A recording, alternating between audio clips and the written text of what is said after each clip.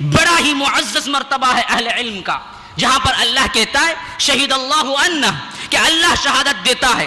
کس بات کی شہادت دیتا ہے؟ کس بات کی شہادت دیتا ہے؟ اس کائنات کا خالق تنہا وہی ہے، اس کائنات کے مرتبے کا۔ کیا بات ہے؟ چھوڑ دیجئے، کوئی مسئلہ نہیں، یہاں توجہ کریں، بچے ہیں کچھ نہ کچھ کرتے ہی رہیں گے۔ تو غرض بتانے کا مقصد یہ ہے کہ اس کائنات کا تنہا خالق، تنہا مالک، تنہا پروردگار وہی ہے۔ اس بات کی شہادت کون دے رہا ہے؟ سب سے پہلے اللہ کہتا ہے میں خود دے رہا ہوں، شہید اللہ انہ لا الہ الا ہو، اللہ کے علاوہ کوئی معبود نہیں ہے، یہ شہادت میں خود دے رہا ہوں۔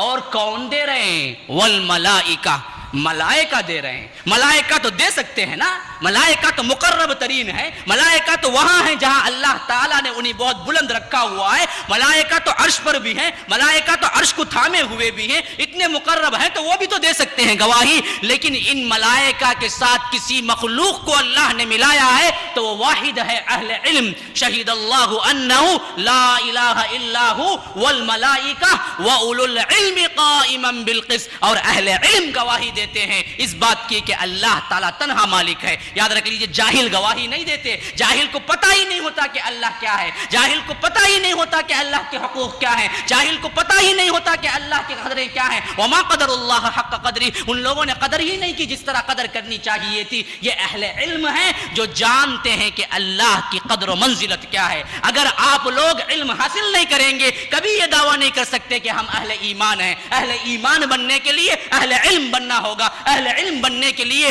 اللہ کے بارے میں جاننا ہوگا۔ فَاعْلَمْ أَنَّهُ لَا إِلَهَ إِلَّا هُوَ وَالْمَلَائِكَةُ فَاعْلَمْ أَنَّهُ لَا إِلَهَ إِلَّا اللَّهُ وَاسْتَغْفِرْ لِذَنبِكَ۔ سورہ محمد میں فرمایا گیا کہ یاد رکھو لوگو، لا الہ الا اللہ کہتے ہو تو جانو پہلے کہ تم کیا کہہ رہے ہو۔ فَاعْلَمْ، جانو، لا الہ الا اللہ کیا ہے۔ بغیر جانے بوجھے نہ اللہ کو معلوم ہے، نہ رسول کو معلوم ہے، نہ اس کے شرائط معلوم ہے، نہ ایمانیات کے مبادی معلوم، نہ اصول معلوم، کچھ نہیں معلوم، ہم کہتے ہیں کہ ہم بڑے پکے مسلمان ہیں۔ یاد رکھ لیجئے، یہ خالی خولی دعویٰ اللہ کے ہاں نہیں، ریشن کارڈوں میں چل سکتا ہے، یہاں کی گورنمنٹ کو دھوکہ دینے کے لیے چل سکتا ہے، لیکن اللہ کے دربار میں یہ خالی خولی دعویٰ چل نہیں سکتا جب تک کہ آپ حقیقی طور پر اہل ایمان میں سے نہ ہو جائیں۔ آپ لکھ لیں کہ میں MBBS ہوں، میں ڈاکٹر ہوں، میں فلاں انجینئر ہوں، نہ آپ نے کالج کی صورت دیکھی، نہ کتابوں کو دیکھا، نہ نصاب کیا ہے معلوم، نہ کسی استاد سے تعلیم لی، تو لوگ کیا کہیں گے؟ دیوانہ کہیں گے، پاگل کہیں گے، یا نہیں تو دھوکے باز کہیں گے۔ وہی سلوک ہے آج مسلمانوں، ہم قرآن کے ساتھ کر رہے ہیں، ہم حدیث کے ساتھ کر رہے ہیں، ہم اسلام کے ساتھ کر رہے ہیں۔ نعرہ بڑا ہے مسلمانیت کا، لیکن یاد رکھ لیجئے علم سے خالی، نہ اللہ کا نام جانتے، نہ اللہ کے رسول صلی اللہ علیہ وسلم کی سیرت کو جانتے، نہ اللہ کے رسول صلی اللہ علیہ وسلم کے اخلاق ہمیں معلوم ہے، نہ اسلام کا کردار ہمیں معلوم ہے۔ وہ تو سب کچھ وہی ہے جو اللہ کے رسول نے روکا ہے، لیکن دعویٰ کیا ہے کہ ہم مسلمانیت کا دعویٰ ہے۔ یہ گویا کہ پہلی وحی میں کہہ دیا گیا کہ لوگوں یاد رکھو، اقرأ بسم ربک الذی خلق، خلق الانسان من علق، اقرأ وربک الاکرم الذی علم بالقلم، علم الانسان ما لم یعلم۔ یہ وحی کے الفاظ کیا تھے؟ اللہ کے رسول صلی اللہ علیہ وسلم وحی کے الفاظ سن کر اللہ تعالیٰ کے کلام کی ہیبت کہ اتنی، اللہ کے رسول کہتے ہیں کہ میں باہر نکلا گویا کہ مجھے ایسا محسوس ہو رہا تھا کہ بخار نے آ لیا ہے، ٹھنڈ بجنا شروع ہو گئی۔ جب گھر میں داخل ہوا خدیجہ سے فرمایا کہ زملونی زملونی، مجھے چادر اڑا دو، مجھے چادر اڑا دو۔ پھر جب چادر اڑائی کچھ ٹھنڈ کم ہوئی، کچھ وہ رعب کم ہوا، تو انہوں نے کہا کہ خدیجہ مجھے جان کا ڈر لگتا ہے، مجھے جان کا ڈر لگتا ہے۔ انہوں نے کہا کہ ابو القاسم اللہ کے رسول کی کنیت ہے، اللہ کے رسول کے پہلے بیٹے قاسم ہیں، اس حیثیت سے ابو القاسم پکارا جاتا ہے۔ تو ابو القاسم آپ کیوں ڈرتے ہیں؟ تو اللہ کے رسول صلی اللہ علیہ وسلم نے کہا کہ خدیجہ یہ کچھ پیش آ چکا ہے، کوئی ایک بندہ آیا مجھے دبوچا، پھر اس طرح کی آیتیں پڑھ کے سنا کے گیا ہے۔ تو اب دیکھیے خدیجۃ الکبریٰ نے جو الفاظ کہے ہیں، یہ یاد رکھ لیجئے انسان کا سب سے زیادہ جانکاری رکھنے والا، اسلام کے لحاظ سے بھی اور یاد رکھ لیجئے عموماً انسانیت کے لحاظ سے بھی کوئی دعویٰ کرتا ہے کسی انسان کو جاننے کا تو یاد رکھ لیجئے اس کا سب سے بہترین کوئی دعوے دار ہے تو وہ بیوی ہے.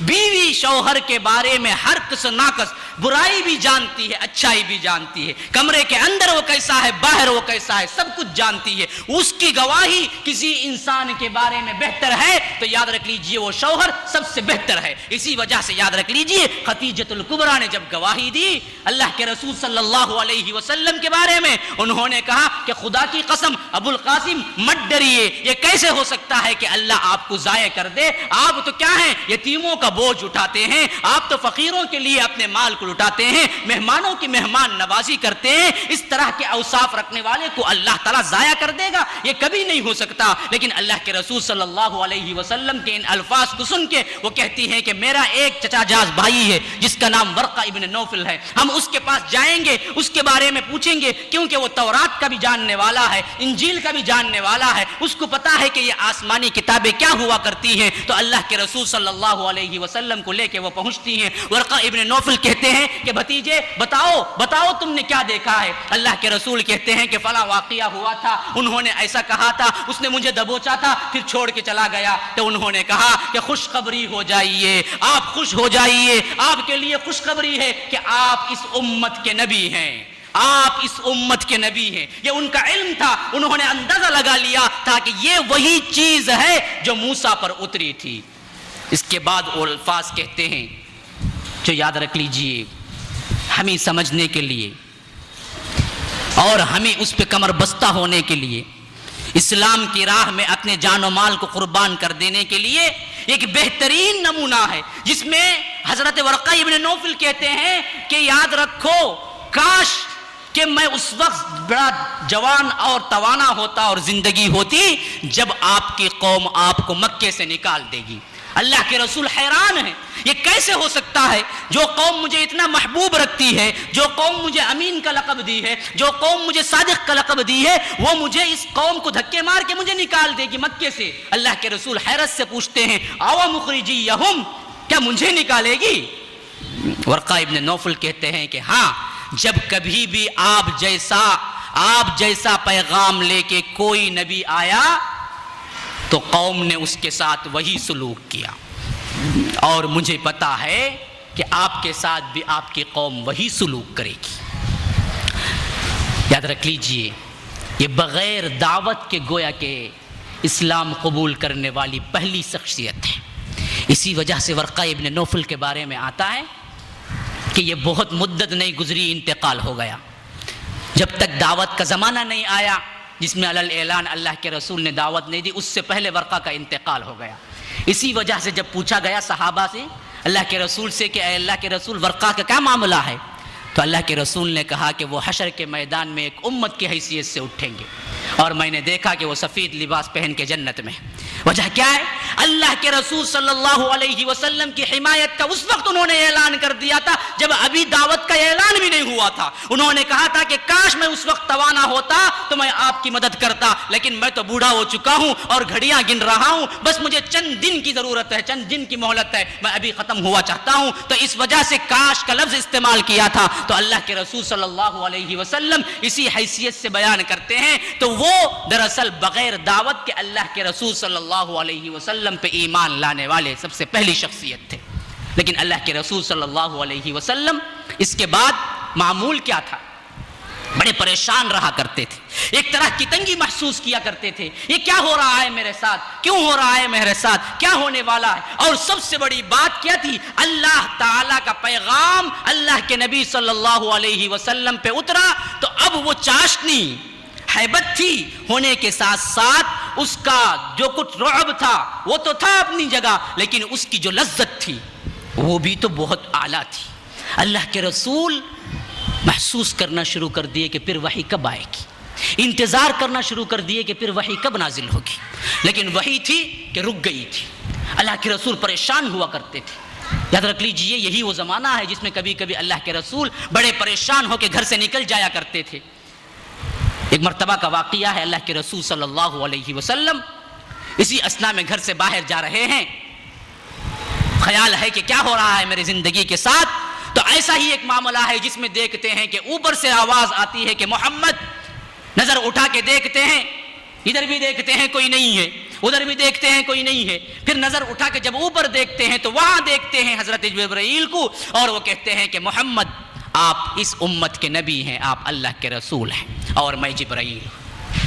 یہ پہلا موقع ہے جو زندگی میں اللہ کے رسول صلی اللہ علیہ وسلم نے حضرت جبرائیل کو ان کی اپنی اصلی حالت میں دیکھا ہے۔ اللہ کے رسول صلی اللہ علیہ وسلم کہتے ہیں کہ میں نے دیکھا جبرائیل کو کہ تمام افق پر صرف جبرائیل ہی جبرائیل تھے، مشرق سے لے کر مغرب تک جہاں دیکھتا پورے جبرائیل چھائے ہوئے تھے۔ ایک اور روایت میں ہے کہ اللہ کے رسول نے کہا جبرائیل کے 600 پر ہیں، اور ایک طرف دہنی طرف 300 پر ہیں، اور بائیں طرف 300 پر ہیں۔ اس طرح اتنی بڑی حیرت اصلی میں اس وقت دیکھا حضرت جبرائیل کو، اور دیکھنے میں اتنے محو ہوئے۔ اللہ کے رسول کہتے ہیں کہ کرسی ڈالے حضرت جبرائیل بیٹھے ہوئے تھے، میں دیکھنے میں اتنا محو ہوا کہ کتنا وقفہ گزرا مجھے پتا نہیں، یہاں تک کہ حضرت خدیجہ پریشان ہو کے ایک فرد کو بھیجا کہ اللہ کے رسول کو ڈھونڈ کے لائیں، اور وہ فرد گیا مکے کے باہر تک اور ڈھونڈ کے واپس آ کے کہہ دیا کہ اللہ کے رسول نہیں ملے۔ اتنا وقفہ گزر گیا، اللہ کے رسول دیکھتے ہوئے گزر گئے۔ پھر اللہ کے رسول صلی اللہ علیہ وسلم پر جب حضرت جبرائیل غائب ہوئے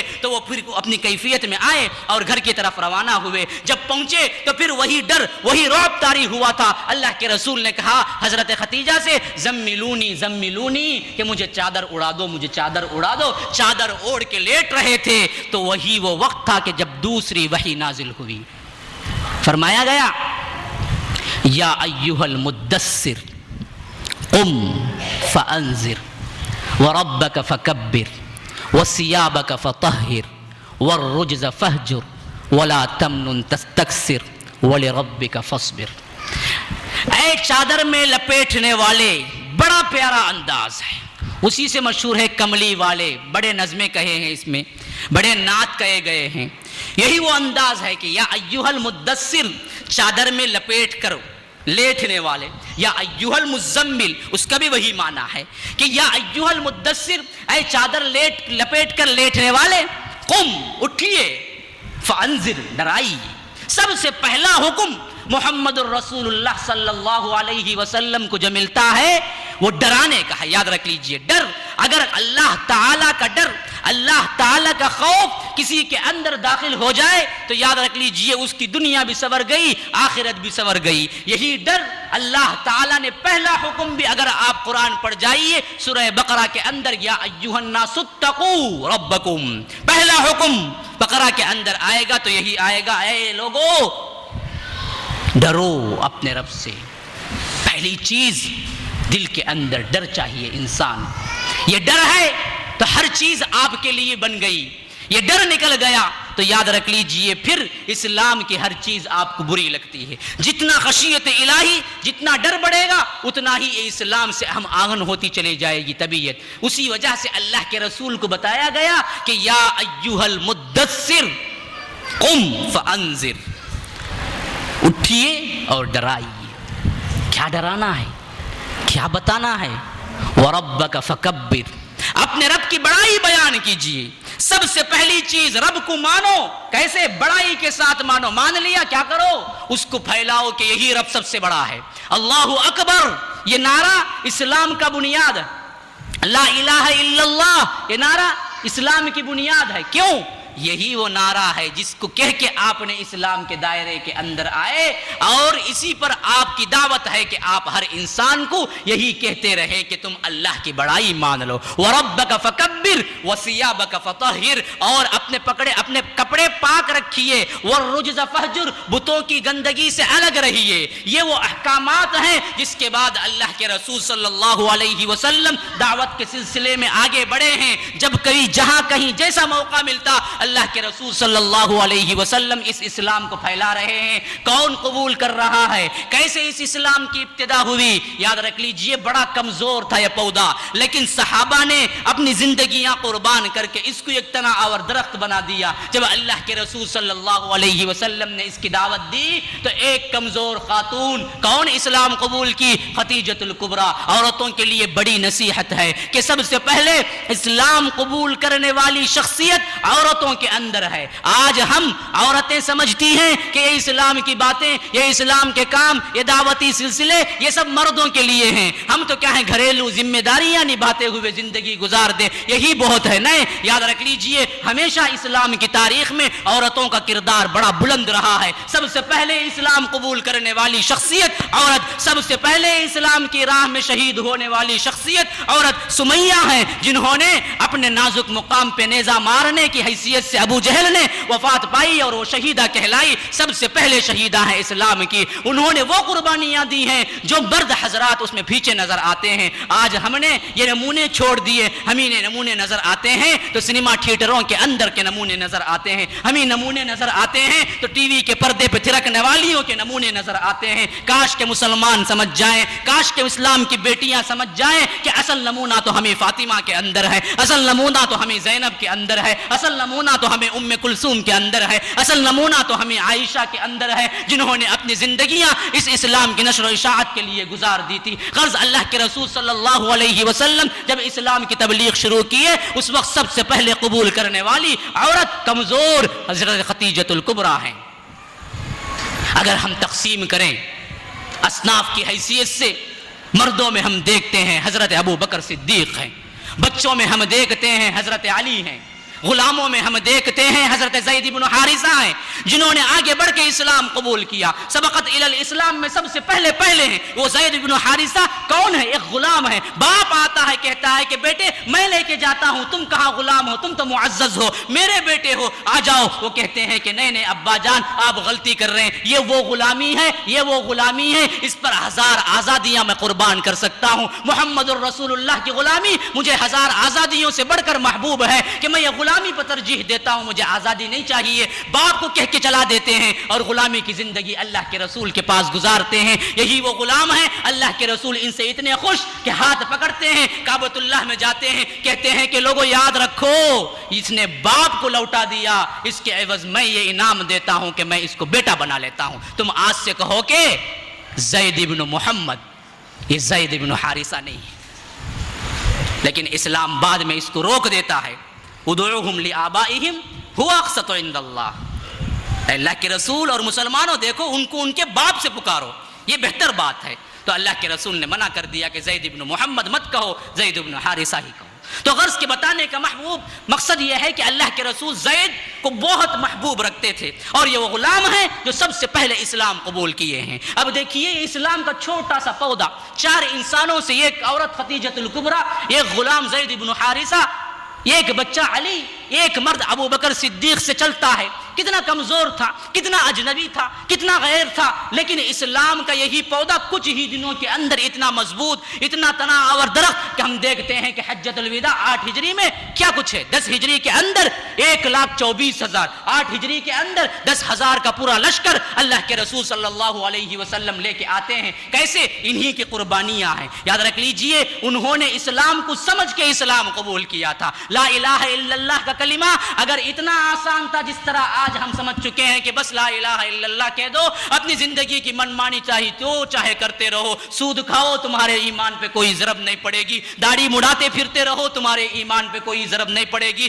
شراب پیتے پھرتے رہو تمہارے ایمان پہ کوئی ضرب نہیں پڑے گی، بس تم لا الہ الا اللہ کہہ لو، اپنی منمانی زندگی گزارتے رہو۔ تو یاد رکھ لیجئے اگر اتنا آسان ہوتا ابو جہل پہلے مسلمان ہوتا، ابو لہب پہلے مسلمان ہوتا، ربیعہ پہلے مسلمان ہوتا، عتبہ پہلے مسلمان ہوتا، شیبہ پہلے مسلمان ہوتا۔ وہ لوگ جانتے تھے لا الہ الا اللہ ایک کلمہ نہیں ہے، بلکہ یہ پوری زندگی میں لائم عمل تعمیر کرنے والا ہے، یہ پوری زندگی کو تبدیل کرنے والا ہے، یہ پوری زندگی کو اللہ کی اطاعت میں دینے کا نام ہے۔ اسی وجہ سے وہ لوگ نہیں مانے، وہ لوگ جانتے تھے کہ یہ صرف ایک کلمہ نہیں ہے، پوری زندگی تبدیل کرنے کا نام ہے۔ تو غرض کے یاد رکھ لیجئے یہی وہ ایک کلمہ تھا جو ان لوگوں کو نیچے سے اٹھا کر آسمان پہ پہنچا دیا۔ ابو بکر کو کون جانتا، خدیجہ کو کون جانتا؟ یاد رکھ لیجئے کیوں جانے، کیوں یہ اہمیت؟ حضرت علی کو کون جانتا اگر اسلام نہ لاتے؟ کیوں؟ وجہ یاد رکھ لیجئے یہ اسلام تھا، ان کی بلندیوں پہ پہنچا دیا۔ آج بھی وہی اسلام ہے، اسی کو اپناتے ہوئے ہم پستیوں کے گہرے گڑے میں پڑے ہوئے ہیں۔ آج ہر جگہ مار ہے، آج ہر جگہ ذلت ہے، آج ہر جگہ رسوائی ہے۔ مسلمانوں کو کیوں؟ انہوں نے اسلام کا نام لے کے اسلام کو چھوڑ دیا۔ نام پہ اسلام ہے، زبان پہ اسلام ہے، قلب میں اسلام نہیں، دل کے اندر اسلام نہیں۔ اسلام کی تعلیمات کو اٹھا کے پھینک دیا، سیرت رسول کو بھلا دیا، اصحاب رسول اللہ کے کارناموں کو پلٹا دیا، تو یاد رکھ لیجئے ہم بھی وہی پستی میں پڑے ہوئے ہیں۔ آج پستی کا واحد علاج کوئی نعرہ لگا رہا ہے کہ مسلمانوں کو تعلیم دیجئے، کوئی نعرہ لگا رہا ہے سوشل سروس کیجئے، کوئی نعرہ لگا رہا ہے پیسے جمع کیجئے، غریب ہے مسلمان۔ نہیں، کوئی علاج نہیں ہے، ان میں سے علاج کوئی ہے تو اپنے ایمان کو درست کیجئے، اللہ سے اور تعلق جوڑیے، اللہ تعالیٰ کا جو حکم ہے اس کو عمل میں لائیے۔ فتوبوا الی اللہ جميعا ایھا المؤمنون لعلکم تفلحون، کہ مسلمانوں تم سب مل کے توبہ کرو، فتوبوا الی اللہ جميعا ایھا المؤمنون لعلکم تفلحون، تاکہ تم فلاح پا جاؤ۔ فلاح پانے کا ایک ہی راستہ ہے، اللہ کی طرف پلٹیے، توبہ کیجئے، اللہ سے اپنے گناہوں کی معافی مانگیے، اپنی زندگی کو تبدیل کیجئے، اسلام کے عمل پیرا ہونے کا عہد کیجئے، پھر دیکھیے آپ کی زندگی کو اللہ کیسے اٹھاتا ہے۔ یہ چار انسانوں کا قافلہ، یہ چھوٹے چھوٹے لوگوں کا قافلہ، ایک عورت، ایک مرد، ایک غلام، ایک بچے کا قافلہ، لیکن کچھ ہی دن کے بعد ہم دیکھتے ہیں کہ اتنا اور درخت ہے، قافلہ بڑھ رہا ہے، لوگ اسلام قبول کر رہے ہیں، کبھی عثمان نے قبول کر لیا، کبھی علی نے قبول کر لیا، کبھی مصعب بن عمیر نے قبول کر لیا، اس طرح قبول کرتے ہوئے یہ قافلہ بڑھ رہا ہے۔ اللہ کے رسول صلی اللہ علیہ وسلم دعوت پہ دعوت کر رہے ہیں، ہر مہمان، ہر موقع، خواہ بازار ہو، خواہ گلی ہے، خواہ اجتماع ہو، خواہ قیمے لگے ہوئے ہوں، جہاں موقع ہے اللہ کے رسول صلی اللہ علیہ وسلم اس دعوت کو پیش کر رہے ہیں۔ لیکن مشرکین مکہ نے دیکھا اللہ کے رسول ان کے وہ آبائی مذہب سے انہیں برگشتہ کر رہے ہیں، جن کے دلوں کے اندر سلیم الفطرتی تھی، قلب سلیم لے کے آئے تھے، انہوں نے تو اللہ کے رسول کے حکم پہ لبیک کہا۔ انہی میں تو عثمان ہیں، انہی میں تو مصعب بن عمیر ہیں، انہی میں تو سابقین اسلام ہیں، لیکن جو لوگ شیطانی دل لے کے آئے تھے، جن کے اندر شیطان راج کر رہا تھا، انہوں نے سوچا کہ یہ تو سب سے بڑی رکاوٹ ہے ہمارے مذہب کے لیے۔ مخالفت کی ابتدا 3 نبوت سے شروع ہو جاتی ہے، جبکہ اللہ کے رسول کو حکم ہوتا ہے سورہ شعراء کی آیت وَأَنذِرْ عَشِيرَتَكَ الْأَقْرَبِينَ، اے اللہ کے رسول آپ اپنے قرابت داروں کو ڈرائیے۔ تو اللہ کے رسول تمام لوگوں کو جمع کرتے ہیں، اپنے قرابت داروں کو جمع کرتے ہیں، کھانا کھلاتے ہیں، سب اطمینان کے ساتھ بیٹھ جاتے ہیں تو دعوت پیش کرتے ہیں، کوئی قبول نہیں کرتا، مذاق اڑاتے ہیں، دیوانہ ہو گیا ہے، پاگل ہو گیا ہے۔ ایک بچہ اٹھتا ہے، علی اس وقت کہتے ہیں کہ مجھے آنکھیں آئی ہوئی تھی، میں نے کہا کہ اللہ کے رسول میں ساتھ دیتا ہوں آپ کا۔ اللہ کے رسول مسکرا کے کہتے ہیں کہ علی بیٹھ جاؤ۔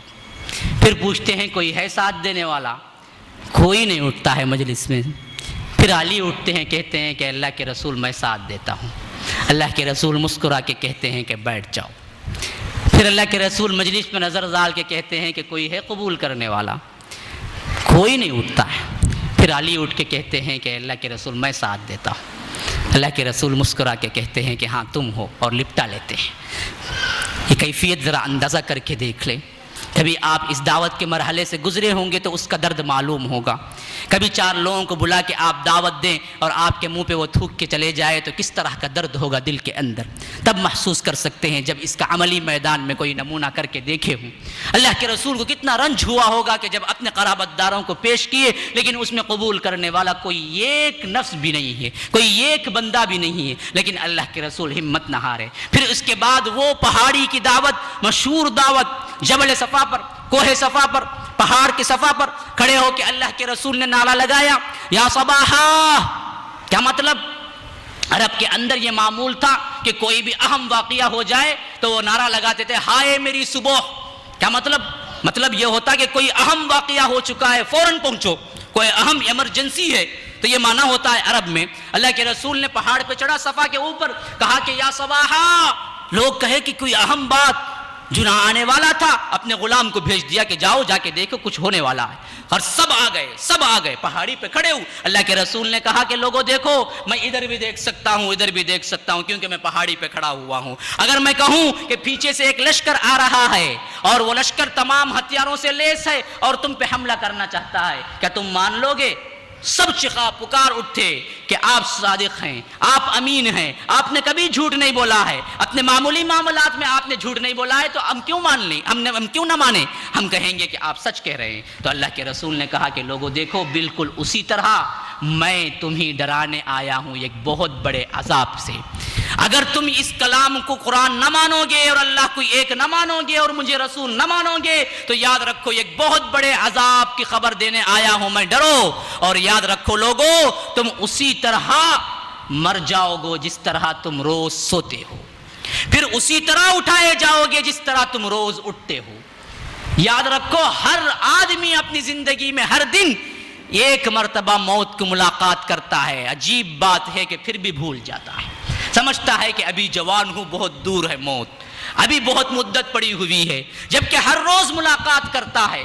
جس طرح نیند ایک حقیقت ہے، اللہ کے رسول نے کہا کہ موت بھی ایک حقیقت ہے۔ یاد رکھو تمہیں مرنا ہے اور مرنے کے بعد تمہارا حساب ہوگا، اس وجہ سے تم اللہ کی اطاعت کر لیے تمہارے لیے جنت ہے، اگر نہیں تو تمہارے لیے جہنم ہے۔ بدبخت ابو جہل اٹھتا ہے، ابو لہب اٹھتا ہے اور کہتا ہے کہ غارت ہو، اس کی وجہ سے تم نے بلایا، اور خاک اٹھاتا ہے اور اللہ کے رسول کی طرف بکیر دیتا ہے۔ اللہ تعالیٰ کو اتنا غضب آتا ہے، رحمت الہی جوش میں آتی ہے، ساتوں آسمانوں کے اوپر سے وحی نازل ہوتی ہے، تبت یدا ابی لہب وتب ما اغنی عنہ مالہ وما کسب۔ یاد رکھو اس نے کہا تھا کہ آپ ہلاک ہو اور آپ کے ہاتھ ٹوٹے، نہیں نہیں نہیں، یہ کبھی نہیں ہو سکتا، دشمن نہیں، آپ کا دشمن اور آپ کو بد دعا دے اور اللہ تعالیٰ خاموش رہ جائے، نہیں، اللہ کہتا ہے کہ تبت یدا ابی لہب وتب، ابو لہب کے ہاتھ ٹوٹے اور وہ ہلاک ہو۔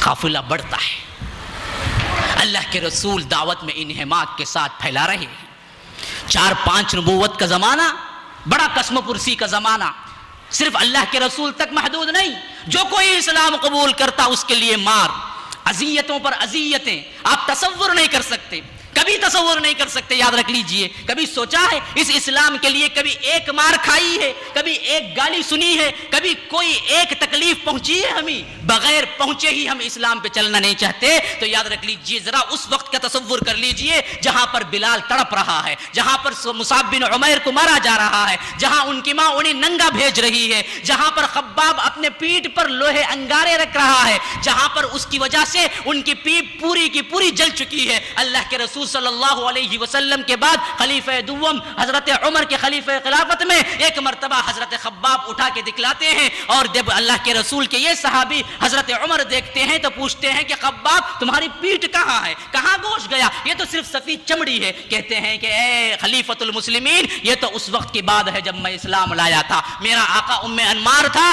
جو مجھے تبتی ہوئی ریت میں نہیں بلکہ اسی تبتی ہوئی ریت میں انگارے ڈلواتا، پھر اس کے بعد مجھے لٹا دیتا تاکہ میں پلٹ نہ سکوں، ایک بڑی چٹان رکھ دیتا، حتیٰ کہ میں چیخ کر میں بے ہوش ہو جاتا، اور میرے پیپ کے اور میرے خون کے ذریعے وہ آگ ٹھنڈی ہوتی، شام ہو چکی ہوتی، جب کہیں مجھے لے جا کے کسی کمرے میں پھینک دیا جاتا، وہاں پر مجھے ہوش آتا تو دیکھتا کہ پورا کا پورا چمڑا جل چکا ہے۔ اسی طرح روز روز کرنے سے چمڑا ہی نہیں بلکہ گوشت بھی میرا جل چکا ہے۔ یہی معاملہ تو ابلال کے ساتھ تھا، یہی معاملہ تو خباب، صرف اس میں مردیں نہیں ہیں، عورتوں بھی آگے ہیں۔ ابو فہیکہ اٹھا لیجئے، یاد رکھ زنیرہ اٹھا لیجئے، یہ بھی وہی لونڈیاں ہیں جو اسلام کی وجہ سے مار کھا رہی ہیں۔ 4 نبوت 5 نبوت، یہ دونوں سال مسلمانوں کے لیے بڑے کٹھن سال ہیں۔ انہی مصیبتوں کو دیکھتے ہوئے اللہ کے رسول کہتے ہیں کہ لوگوں مسلمانوں حبش کی طرف چلے جاؤ، وہاں پر ایک عادل بادشاہ ہے۔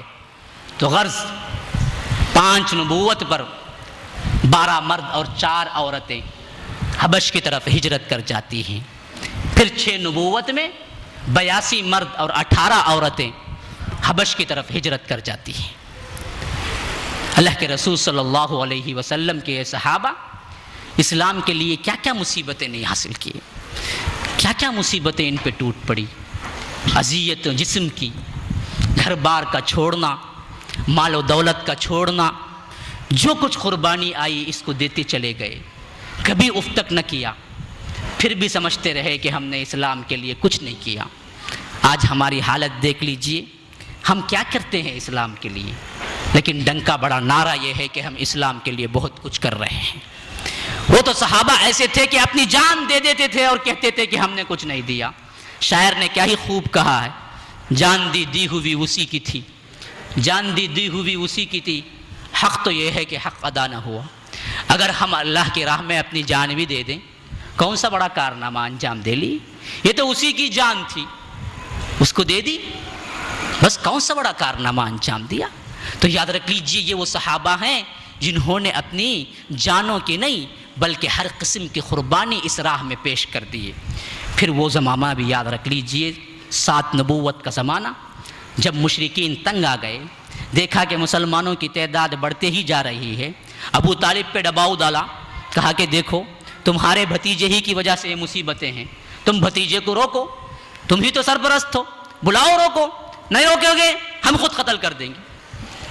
اب ابو طالب نے دیکھا کہ یہ لوگ اتنے پاورفل ہو چکے ہیں اور مجھ پہ دباؤ کر رہے ہیں، ایک مرتبہ بلایا اللہ کے رسول کو، کہا کہ بھتیجے دیکھو یہ سب سرداران قریش بیٹھے ہوئے ہیں اور میں بھی ایک انہی کا ہوں، دیکھو بھتیجے مجھ پہ اتنا بوجھ نہ ڈالو کہ میں سہ نہ سکوں، میں آج تک تمہاری سپورٹ کرتا رہا، نصرت کرتا رہا، لیکن کب تک، اب میری ہڈیاں بھی بوسیدہ کمزور ہو چکی، میں بھی بوڑھا ہو چکا ہوں، اب کب تک میں کروں گا۔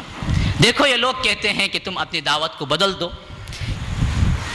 اللہ کے رسول صلی اللہ علیہ وسلم کے آنکھوں سے آنسو آ جاتے ہیں، کہتے ہیں کہ چچا جان آپ اگر نصرت مدد کرنا نہیں چاہتے ہیں تو نہ کیجیے، لیکن یہ توقع کبھی مت رکھیے کہ میں اس دعوت کو چھوڑ دوں گا۔ خدا کی قسم اگر یہ لوگ سیدھے ہاتھ میں مجھے سورج اور بائیں ہاتھ میں مجھے چاند رکھ دیں، یہ تو صرف کہہ رہے ہیں کہ میں روک دوں، اگر یہ لوگ آسمان سے سورج کو لا کر بھی میرے ایک ہاتھ میں رکھ دیں اور دوسرے ہاتھ میں مجھے چاند کو رکھ دیں، پھر کہیں کہ اس دعوت کو چھوڑ دو، تو نہ چھوڑ سکتا میں، یہاں تک کہ یہ دعوت غالب ہو جائے یا اللہ کی راہ میں شہید ہو جاؤں، یہ میں کیسے چھوڑ سکتا ہوں۔ ابو طالب کہتے ہیں کہ بھتیجے تمہیں دکھ دینا مقصود نہیں تھا، یاد رکھو اگر میرے بدن میں سانس باقی ہے تب تک میں تمہاری بھی حمایت کرتا رہوں گا، جاؤ جس طرح چاہتے ہو تم اپنی دعوت کو پھیلاؤ، یہ لوگ کچھ نہیں کر سکتے جب تک میں زندہ رہوں۔ پھر اس کے بعد جب دیکھتے ہیں کہ ابو طالب کے پاس بھی بات نہیں چلی تو ایک اگریمنٹ لکھتے ہیں، ایک معاہدہ تیار ہوتا ہے۔ کیا معاہدہ؟ محمد اور اس کے خاندان والوں سے کوئی لین دین نہیں ہوگا، کوئی بات چیت نہیں ہوگی، کوئی شادی بیاہ کا معاملہ نہیں ہوگا، کوئی بزنس نہیں، کوئی تجارت نہیں، یہ لکھ کے کعبۃ اللہ کے دیوار پہ لٹکا دیتے ہیں۔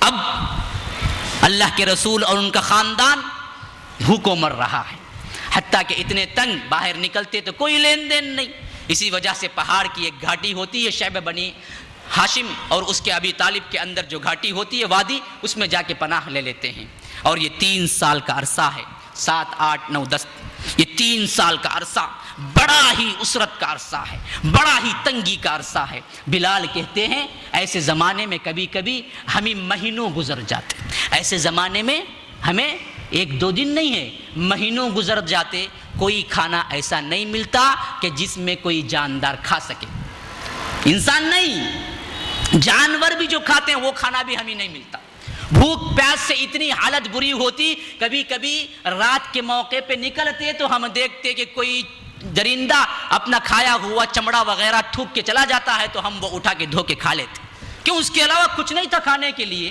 سب کچھ انہوں نے روک رکھا تھا، کھانے کے لیے کچھ نہیں، کبھی کبھی ایک کھجور کی بیج کبھی کبھی کئی لوگ چوس کے گزارا کر لیتے، اتنے کمزور ہو چکے تھے کہ کچھ بھی نہیں تھا، بوڑھے تو کیا ہے اب موت نظر آ رہی تھی۔ 3 سال کا عرصہ گزرا ہے اس معاملے میں، 3 سال بعد ایک مرتبہ خود ان کے اندر جوش پیدا ہوتا ہے کہ ہم نے ایسے لوگوں کو جو اپنے ہی رشتہ دار ہیں اس طرح بائیکاٹ کر کے کر رکھا ہے، تو کچھ محنت کر کے کچھ اچھے لوگ اس کو توڑنے کی کوشش کرتے ہیں۔ تو اسی اثنا میں جس دن یہ باتیں ہو رہی ہوتی ہیں، اللہ تعالیٰ کا ایک دوسرا کرشمہ دیکھیے، یہ معاملہ پہلے بھی ہو سکتا تھا، جیسے ہی بائیکاٹ ہوا اسی وقت بھی ہو سکتا تھا، نہیں، اللہ تعالیٰ کی سنت یہ رہی ہے کہ اس میں اللہ دیکھنا چاہتا ہے کہ بندہ کتنا میرے لیے مشقت اور تکلیف برداشت کرنا چاہتا ہے۔ اللہ کے رسول محبوب نہیں تھے اللہ کو؟ بتانا مقصود ہے کہ یہ اسلام کانٹوں کی راہ ہے، اس میں تکلیفیں آئیں گی، سہنا ہے۔ اللہ تعالیٰ دیکھنا چاہتا ہے کہ پکے مسلمان میرے لیے کتنی قربانی دینا چاہتے ہیں۔ 3 سال کی تکلیف دا مرحلہ گزرا تو تب کہیں جا کے یہ معجزہ ہوا کہ اللہ کے رسول نے ابو طالب کو کہا کہ لوگوں چچا جا کے دیکھو جس صحیفے کو لٹکایا گیا ہے اس میں صرف اور صرف اللہ کا نام کہاں ہے وہ باقی ہے، بقیہ سب کا سب دماغ کھا چکی ہے، ہونا تو جا کے دیکھ۔ یہ خبر کو دینے کے لیے جب ابو طالب آتے ہیں، سب لوگ دیکھتے ہیں کہ پہلی مرتبہ شیب کے اندر سے نکلے اور کہتے ہیں کہ دیکھو میرے بھتیجے نے ان کے رب نے ان کو اطلاع دی ہے کہ جو کچھ تم نے لکھا ہے صحیفے میں، اگریمنٹ میں، اس کو تمام کا تمام دماغ کھا چکی ہے، صرف اللہ کا نام باقی ہے۔ اور یہ بات غیب کی ہے، ان کے اللہ نے انہیں دی ہے۔ یاد رکھو اگر یہ سچ ہے تو محمد حق پہ ہیں اور یہ معاہدہ توڑ دو، اگر یہ جھوٹ ہے تو یاد رکھو اس کو اور سختی کے ساتھ نافذ کرو۔ پھر جا کے جب کھول کے دیکھا جاتا ہے واقعتاً تمام جو کچھ حروف تھے مٹ چکے ہوتے ہیں، صرف بسمہ تعالی جہاں پر اللہ کا نام باقی ہوتا ہے وہ لکھا ہوا ہوتا ہے۔ لیکن اتنی بڑی نشانی دیکھنے کے باوجود بھی یہ قریش کے ہڈرم لوگ کوئی تبدیلی نہیں کرتے، بلکہ مصائب پر مصائب اور زیادہ تنگ کرنا شروع کر دیتے ہیں۔ لیکن یہ اگریمنٹ ٹوٹ جانے کی وجہ سے لوگ باہر نکل کے آتے ہیں، اور اسی اسنا میں یاد رکھ لیجئے جس نبوت بڑا ہی غم کا سال ہے اللہ کے رسول کی زندگی میں۔ وجہ کیا ہے؟ اس وجہ سے کہ جو 3 سال قسم پرسی کا زمانہ گزرا تھا، اس کی وجہ سے جو کچھ بوڑھے تھے ان پر تو بڑا ہی مسئلہ ہو گیا، بیماریوں نے انہیں آ لیا۔ اسی وجہ سے شعب سے نکلتے ہی اللہ کے رسول کی محبوب ترین بیوی حضرت خدیجۃ الکبریٰ اور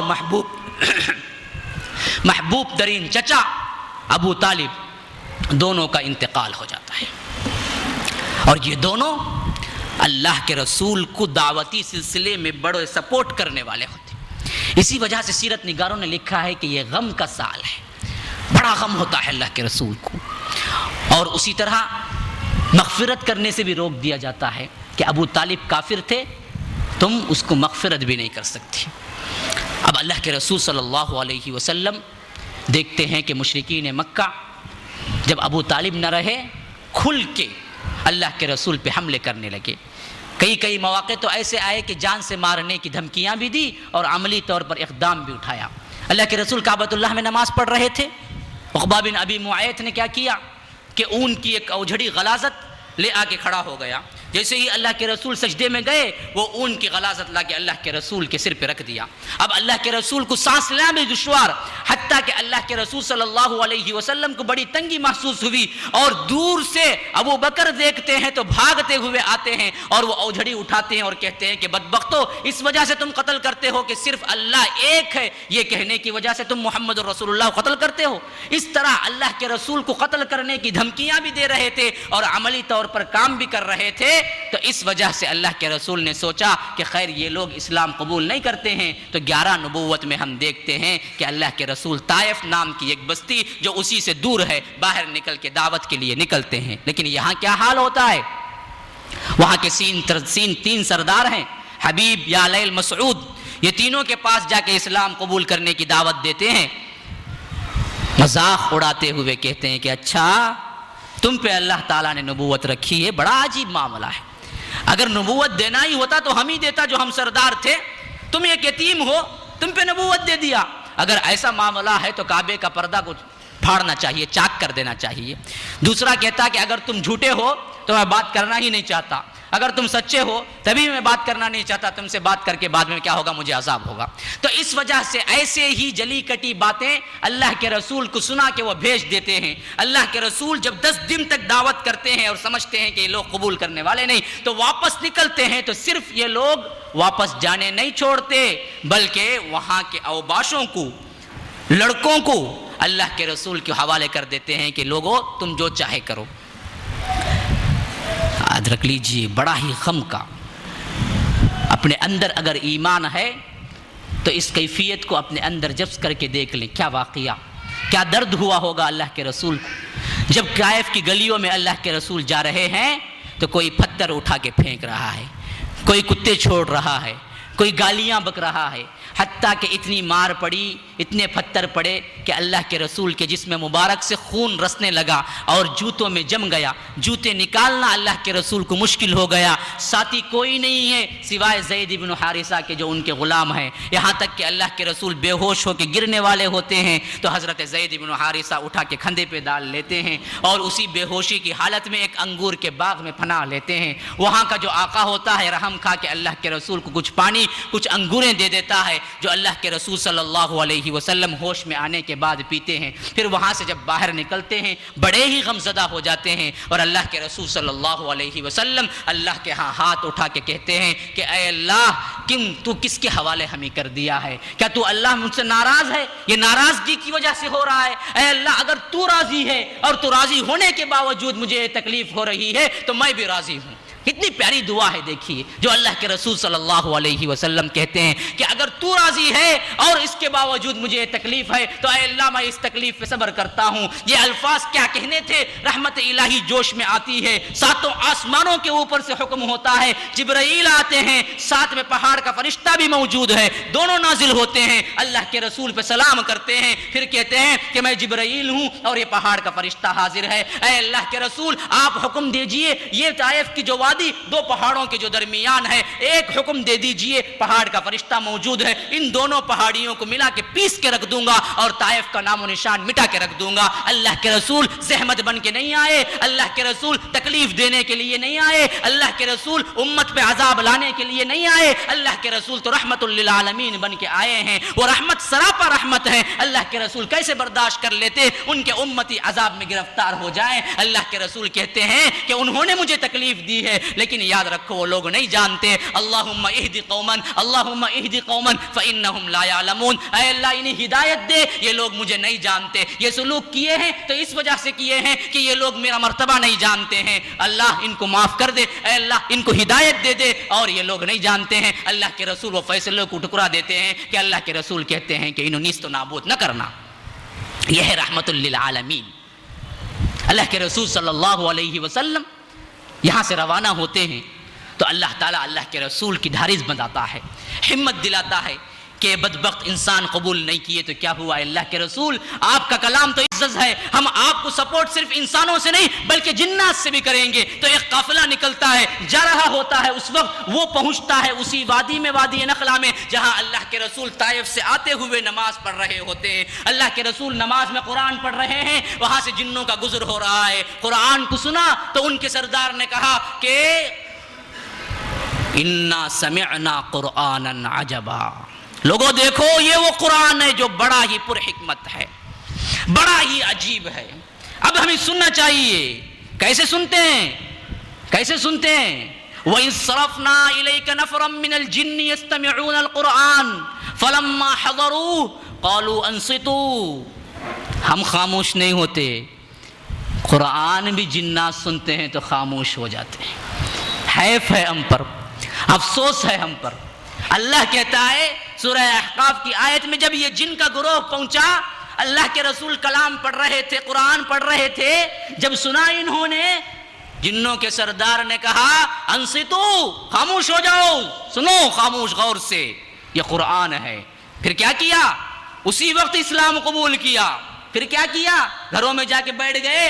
نہیں، ہم جیسے اپنے اپنے کاموں میں منہمک ہو گئے؟ نہیں، دعوت کے لیے نکل پڑے۔ یا قومنا اجیبوا داعی اللہ، یا کون کہہ رہے ہیں؟ یہ انسان نہیں، جنات ہیں جن کا ذکر سورہ احقاف میں اور سورہ جن میں آیا ہے۔ اللہ تعالیٰ کہہ رہا ہے کہ انہوں نے اسی وقت اسلام قبول کیا، اسی وقت قوم کی طرف پلٹے تو دائی بن کے پلٹے۔ انہوں نے کہا کہ یا قومنا، اے میری قوم کے لوگوں، اجیبوا داعی اللہ، اللہ کی اس دعوت کو قبول کر لو۔ گویا کہ اللہ تعالیٰ یہ واقعہ سنا کر ہم کو بھی نصیحت کر رہا ہے، یہاں اللہ کے رسول کو بتا رہا ہے کہ اگر یہ لوگ قبول نہیں کرتے ہیں تو کوئی اللہ کو ضرر نہیں پہنچا سکتے، کوئی اللہ کا بگاڑ نہیں سکتے، یہ دراصل اپنی عاقبت خراب کر رہے ہیں۔ ہم اگر آپ کی مدد کرنا چاہیں انسانوں سے نہیں جنات سے کریں گے، نباتات سے کریں گے، حجر سے کریں گے، پتھر پتھروں سے کر دیں گے، لیکن یاد رکھو یہ دین غالب ہونے والا ہے، غالب ہو کے رہے گا۔ هو الذی ارسل رسولہ بالہدی والدین الحق لیظہرہ علی الدین کلہ ولو کرہ المشرکون ولو کرہ المشرکون ولو کرہ المشرکون ولو کرہ الکافرون۔ 4 مرتبہ آئے ہیں کل قرآن میں آیت اسی مضمون کی آیت، خواہ کافروں کو کتنا ہی ناگوار ہو، مشرکوں کو کتنا ہی ناگوار ہو، یہ دین غالب ہو کے رہنے والا ہے۔ ہم کو گارنٹی دی، ہم کو گارنٹی دی وَأَنْتُمُ الْأَعْلَوْنَ وَأَنْتُمُ الْأَعْلَوْنَ إِن كُنْتُم مُؤْمِنِينَ، تم ہی غالب رہو گے، تم ہی غالب رہو گے، لیکن شرط یہ ہے کہ تم مومن ہو، ایمان چھوڑو گے، تم دوسروں کو ہیرو بناؤ گے، دوسرے طریقہ کار کو اپناؤ گے، اسلام کے طریقے کو چھوڑ دو گے، تم ذلیل ہوگے، تم ہی اعلیٰ ہوگے، تم ہی غالب ہوگے، لیکن شرط یہ ہے کہ تم مومن ہو۔ تو غرض کہ اللہ کے رسول 11 نبوت میں واپس پلٹتے ہیں۔ اللہ تعالیٰ اسی واقعے کو اور ڈھارس بنانے کے لیے اور طاقت دینے کے لیے اور اس میں اعتماد پیدا کرنے کے لیے معراج نصیب کرتا ہے۔ وہ معراج اس میں اللہ کے رسول صلی اللہ علیہ وسلم بہت اللہ تعالیٰ کے مقرب ہوئے، بڑی بڑی نشانیوں کو دیکھا۔ اللہ تعالیٰ کہتا ہے، کیا کہتا ہے اس معراج کے بارے میں؟ بڑا پیارا لفظ استعمال کیا ہے سورہ اسراء کے اندر، پہلی آیت سورہ اسراء، سبحان الذي اسرى بعبده ليلا من المسجد الحرام الى المسجد الاقصى الذي باركنا حوله لنريه من آیاتنا۔ پاک ہے وہ ذات، یاد رکھ لیجئے، وقت نہیں ہے بعض تفصیلات، لیکن دل چاہتا ہے کہ کر دوں۔ سبحان اللہ کے نام میں بڑا پیارا نام ہے، یہ ہر عیب سے پاک ہونے والا نام ہے، اتنا پیارا ہے۔ بخاری کی آخری حدیث جس میں اللہ کے رسول صلی اللہ علیہ وسلم کہتے ہیں کلمتان حبیبتان الی الرحمن ثقیلتان فی المیزان خفیفتان علی اللسان سبحان اللہ وبحمدہ سبحان اللہ العظیم۔ 2 کلمے ایسے ہیں جو رحمان کو بڑے محبوب ہیں، میزان میں بڑے وزندار ہیں، زبان پر بڑے ہلکے ہیں۔ کیا ہے وہ؟ سبحان اللہ وبحمدہ، اے اللہ تو پاک ہے، تیری حمد ہے، سبحان اللہ العظیم، اے اللہ تو پاک ہے، تو عظیم ہے۔ تو اللہ تعالیٰ یہ معراج جو ایک انوکھا واقعہ، اتنا انوکھا کوئی انسان تصور نہیں کر سکتا کہ رات کے ایک چھوٹے سے حصے میں یہاں سے لے کر اس زمانے کے بہت بڑے جس کے لیے 15 دن چاہیے تھا اتنا سفر ایک ہی حصے میں کر دے، مسجد حرام سے مسجد اقصیٰ تک، پھر مسجد اقصیٰ سے کہاں چلے جائے؟ ایک پہلا آسمان، پھر دوسرا آسمان، پھر تیسرا آسمان، پھر چوتھا، پھر 5واں، پھر 6واں، پھر 7واں، پھر وہاں سے سدرۃ المنتہا، پھر سدرۃ المنتہا سے آگے اتنا فاصلہ طے کر کے پھر واپس بھی آ جائے، جبکہ ایک آسمان اور زمین کا فاصلہ اللہ کے رسول کہتے ہیں کہ 500 سال کی مسافت ہے۔ زمین سے اور آسمان تک کا فاصلہ 500 سال کی، ایک آسمان سے دوسرے آسمان تک کا فاصلہ 500 سال کا، پھر اس کے آسمان سے دوسرے آسمان تک کا فاصلہ 500 سال کا، اتنا بڑا فاصلہ رات کے ایک حصے میں سب نشانیاں دیکھتے ہوئے واپس آ جائے، اتنا انوکھا واقعہ۔ لیکن جہاں اتنا انوکھا واقعہ ہوا وہاں اللہ تعالیٰ نے یہ بھی بتلا دیا یہ سب کچھ میرے اذن سے ہوا، میرے حکم سے ہوا، بندہ کچھ نہیں کر سکتا۔ اسی وجہ سے سبحان الذی اسریٰ بعبدہ کہا کہ پاک ہے وہ ذات جو اپنے بندے کو لے گیا، یہ نہیں کہا لرسولہ، یہ نہیں کہا لحبیبہ۔ کیوں؟ انسان سمجھ جائیں کہ محمد الرسول اللہ خود نہیں گئے، انہیں کوئی اختیار نہیں مل گیا، انہیں اللہ کی صفات میں شامل نہیں کر لیے، جیسا کہ بعض بدبخت لوگ سمجھتے ہیں کہ وہ گئے تھے عرش پہ، دیکھا کہ وہاں اللہ ہی نہیں تھا، یہی جائے۔ نعوذ باللہ ثم نعوذ باللہ۔ یاد رکھ لیجئے یہی بتلانے کے لیے اللہ تعالیٰ جب اس آیت میں ذکر کرتا ہے تو کیا کرتا ہے کہ بعبدہ لیلاً اپنے بندے کو لے گیا، بندے ہی رہے، وہ خدا نہیں بن گئے، وہ بندے تھے، لیکن اللہ نے انہیں انعام کیا تو بہت بلندی پہ لے گیا، بہت بلندی پہ لے گیا۔ ایک آسمان نہیں 7 آسمانوں کی سیر کرائی۔ پہلے آسمان پہ پہنچے تو حضرت آدم سے ملاقات کی، دوسرے آسمان سے پہنچے تو حضرت عیسیٰ اور یحییٰ سے ملاقات کی، تیسرے آسمان پہ پہنچے تو حضرت یوسف سے ملاقات کی، چوتھے آسمان پہ پہنچے تو حضرت ادریس سے ملاقات کی، 5ویں آسمان پہ پہنچے تو حضرت ہارون سے ملاقات کی، 6 آسمان پہ پہنچے تو حضرت موسیٰ سے ملاقات کی، 7ویں آسمان پہ پہنچے تو حضرت ابراہیم سے ملاقات کی۔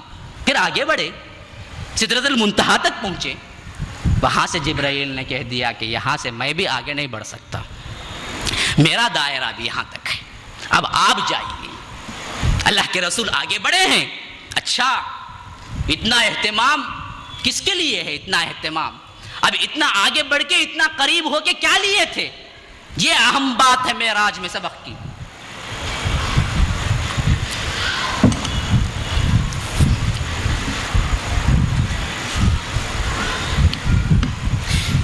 اتنی قرب، اتنا اہتمام، اتنی شاندار چیزیں کیا دیا؟ اللہ تعالیٰ نے یہاں پر دیا نماز. دیکھیے اسی نماز کو ہم چھوڑے ہوئے ہیں، پھر دعویٰ کرتے ہیں کہ ہم مسلمان ہیں. کتنے لوگ ہیں جو 5 وقتہ پڑھتے ہیں، کتنے لوگ ہیں جو جمعہ کو جمعہ بنا لیے ہیں. بھائی بڑا پکا جمعہ کو چل جاتا بھائی، کیا فائدہ بھائی؟ کیا فائدہ؟ کیا نعرہ بازی؟ کھوکھلی نعرہ بازی، لڑکے دھوکہ بازی. یاد رکھ لیجئے اللہ تعالیٰ نے اتنا اہتمام کر کے بلایا تو کیا دیا؟ نماز دیا تھا اللہ تعالیٰ نے. اور 50 نمازیں دن میں لے کے پلٹے. موسیٰ پر سے گزر ہوا، موسیٰ نے پوچھا کیا ہوا؟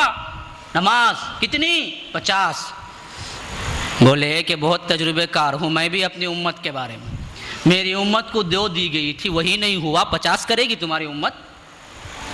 جاؤ جا کے تخفیف کرائیے، کم کرائیے. اللہ کے رسول نے جبرائیل کی طرف دیکھا. جبرائیل نے اشارہ دیا کہ ہاں اگر مناسب سمجھتے ہیں تو کرا لیجئے. اللہ کے رسول پھر پلٹے. بعض روایتیں ہیں کہ 5 کر کے کم ہوئی، بعض روایتیں ہیں کہ 10 کر کے کم ہوئی. کسی بھی طرح جب 5 کی یہ تعداد آ کے ٹھہری، یہ لے کے جب پلٹے پھر گزر ہوا موسیٰ سے. موسیٰ نے پوچھا کتنی؟ 5. کہا کہ میں کہہ رہا ہوں کہ 2 نہیں کر سکی میری امت تو 5 کرے گی. بڑے نباز تھے ہمارے بارے میں حضرت موسیٰ، ان کو پتا تھا معاملہ، یہ 5 نہیں کر سکیں گے. انہوں نے کہا کہ اللہ کے رسول اور بھی کم کرا لیجئے. اللہ کے رسول نے کہا کہ مجھے اب اپنے رب کے پاس جاتے ہوئے شرم آتی ہے، کتنے بار جاؤں تخفیف کراؤں؟ نہیں، میں 5 پہ راضی ہوں. جب یہ آگے بڑھنے لگے تو منادی کرنے والا منادی کیا فرشتہ کہ یہ 5 نمازیں ہیں لیکن ہم نے ثواب 50 کا لکھ دیا ہے. 50 تو ہم نے پہلے کیا تھا لیکن ہم ثواب میں تخفیف نہیں کرتے، تم 5 پڑھو ہم 50 کا دیں گے. اسی وجہ سے اللہ کے رسول نے کہا کہ الصلاۃ معراج المؤمنین. میں معراج میں گیا تھا تو نماز لے کے آیا، اور مومنین کی معراج بھی یہی نماز ہے. اسی نماز کو ہم بڑے آسانی کے ساتھ چھوڑ دیتے ہیں. اس کے بارے میں اللہ کے رسول نے کہا کہ عمدن، جان بوجھ کر جس نے چھوڑا، من ترک الصلاۃ متعمدن فقط کفر، اس نے کفر کیا، کفر کی گارنٹی. لیکن ہم کو کیا نہیں ہوتا؟ ذرا اثر نہیں ہوتا اپنے حبیب کے ان الفاظ پر. محبت کا نعرہ ہے اللہ کے رسول صلی اللہ علیہ وسلم سے، لیکن کبھی اپنے دل کے اندر یہ ایمان نہیں جاگتا کہ اتنی دیر غلطی کر رہے تھے، آج پختہ عہد کرے کہ ہم نہیں چھوڑیں گے کوئی نماز، 5 وقتہ نماز. محبت رسول کا اصل تقاضا تو یہ ہے. تو غرض کے ان واقعات کے بعد اللہ کے رسول صلی اللہ علیہ وسلم کو بھی یہ اعتماد کہ یہ اسلام غالب ہو کے رہے گا. تو پھر اللہ کے رسول کے حکم آتا ہے کہ ہجرت کر کے مدینے کی طرف چلی جائیے. مدینہ وہ ہے جہاں پر لوگ اسلام قبول کر چکے تھے. اتنے سعید الفطرت لوگ تھے کہ 11 نبوت میں 6 آئے، 12 نبوت میں 70 پر 2 بن کے پلٹے. 6 کہاں 100 کی تعداد کو پہنچ جانا. پھر 13 نبوت میں تو ہم عجیب منظر دیکھتے ہیں. انہوں نے کیا کیا؟ اللہ کے رسول پہ آ کے التجا کی، اے اللہ کے رسول آپ کہاں یہاں مارے پھرتے ہیں؟ یہ بدبخت لوگ آپ کی آواز پر کان نہیں دھرتے، آپ ہمارے پاس آ جائیے. خدا کی قسم جس طرح ہم اپنی جان مال کی حفاظت کرتے ہیں اس سے بڑھ کے آپ کی حفاظت کریں گے، یہ وعدہ ہے ہمارا. اور جو وعدہ کیا تھا نبھا کے دکھلا دیا. تو اللہ کے رسول نے اسی وعدے پہ حکم دیا کہ لوگوں دیکھو یہاں رہنا مشکل ہے، یہاں کتنا بھی مار کھاتے ہیں. صحابہ کھانے کے لیے تیار تھے، اپنی جان پیش کرنے کے لیے تیار تھے، لیکن سب سے بڑا دکھ تھا تو کیا تھا؟ دکھ یہ تھا کہ اسلام پر چل نہیں سکتے، نماز با جماعت نہیں پڑھ سکتے، اسلام کے احکامات کو نافذ نہیں کر سکتے، مسلمان مار کھا سکتا ہے، مسلمان تکلیف برداشت کر سکتا ہے، مسلمان اسلام کو چھوڑ نہیں سکتا. تو اسی وجہ سے حکم دیا گیا کہ یہاں پورا اسلام نافذ نہیں ہو سکتا تو تم جاؤ مدینے کی طرف. اب صحابہ مدینہ ہجرت کر کے جا رہے تھے، ایک ایک اس میں کتنی مشکلیں، کتنی رکاوٹیں مشرکین مکہ نے کھڑی کی، بہت سی ہیں. ایک ایک واقعات کو اٹھائیں تو وقت نہیں ہے، لیکن سب کچھ چھوڑتے ہوئے میں اللہ کے رسول کی اصل ہجرت کی طرف آتا ہوں. ان کو بھی حکم ملا کہ اے اللہ کے رسول آپ بھی نکل جائیے، جبکہ مشرکین مکہ نے اس دن اللہ کے رسول کے گھر کا محاصرہ کر لیا تھا کہ اللہ کے رسول نکلے تو ہم قتل کر دیں. اللہ کے رسول صلی اللہ علیہ وسلم بذریعہ وحی معلوم تھا کہ گیٹ پر لوگ تلواریں لیے کھڑے ہوئے ہیں، لیکن اللہ کے رسول کو یہ بھی معلوم تھا کہ بچانے والا اوپر ہے. اللہ کے رسول گھر سے باہر نکلے تو سورہ یاسین کی یہ آیت تلاوت کر رہے تھے کہ وَجَعَلْنَا مِن بَيْنِ أَيْدِيهِمْ سَدًّا وَمِن خَلْفِهِمْ سَدًّا فَأَغْشَيْنَاهُمْ فَهُمْ لَا يُبْصِرُونَ کہ اللہ نے ان کے آگے بھی ایک دیوار کھڑی کر دی، ان کے پیچھے بھی ایک دیوار کھڑی کر دی. اب یہ دیکھنے والے نہیں ہیں، اب آنکھ رکھتے ہیں کچھ نظر نہیں آتا. اللہ کے رسول مٹی اٹھائے سب پہ اس طرح پھینکا کہ سب کے سروں پہ کچھ مٹی پڑ گئی. اب اللہ کے رسول انہی کے درمیان سے نکلتے چلے گئے، سامنے سے نکل کے جا رہے ہیں. ان لوگوں کو اللہ نے ان کی آنکھیں پکڑ لی، کچھ بھی نظر نہیں آ رہا تھا. اللہ کے رسول نکل کے گئے ابو بکر کے گھر، ابو بکر کو لیا، اونٹنی پہ سوار ہوئے اور سیدھے نکل گئے مدینے کی راہ کی طرف. اور راستے میں ایک غار آ رہا تھا جس میں چھپ کے اللہ کے رسول نے 3 دن پناہ لی ہے. یہی وہ غار ہے جو غار ثور کہلاتا ہے تاریخ میں، جہاں پر تھے. اس وقت مشرکین نے اعلان کیا کہ نعوذ باللہ اللہ کے رسول کا سر کٹا ہوا یا قیدی بنا کر کوئی لائے تو ہم اس کو 100 اونٹ انعام دیں گے. لوگ ڈھونڈنے کے لیے نکلے، حتیٰ کہ ڈھونڈتے پہنچ گئے تھے وہاں پر جہاں اللہ کے رسول غار ثور کے اندر تھے. ابو بکر کہہ رہے ہیں کہ اللہ کے رسول دیکھیے، یہ صرف اگر نگاہ اٹھا دیں، نیچے کر دیں تو ہم ہی دیکھ لیں گے. اللہ کے رسول نے کہا کہ تم ان دونوں کے بارے میں کیا خیال کرتے ہو جس کا تیسرا اللہ ہے؟ لا تحزن ان اللہ معنا، غم نہ کرو اللہ ہمارے ساتھ ہے، اللہ ہمارے ساتھ ہے. یہ ابو بکر کی قربانی ہے. وہاں موسیٰ پر معاملہ پیش آیا تو وہاں انہوں نے کیا کہا؟ ان اللہ معی، اللہ میرے ساتھ ہے کہا، کیونکہ بدبخت لوگ انہی پر اعتماد نہیں تھا. لیکن یہاں صدیق اکبر کا ایمان دیکھیے، اللہ کے رسول نے انہی بھی ساتھ میں لے لیا. وہی اتری تو کیا اتری کہ ان اللہ معنا، انہوں نے کہا کہ اللہ ہمارے ساتھ ہے. غرض کہ وہاں سے نکلتے ہیں، سب سے پہلے مسجد قباء میں قیام کرتے ہیں جہاں آج قباء ہے. 14 دن تک وہاں قیام کرتے ہیں. پھر وہاں سے نکلتے ہیں تو اثناء راہ میں جمعہ پڑ جاتی ہے.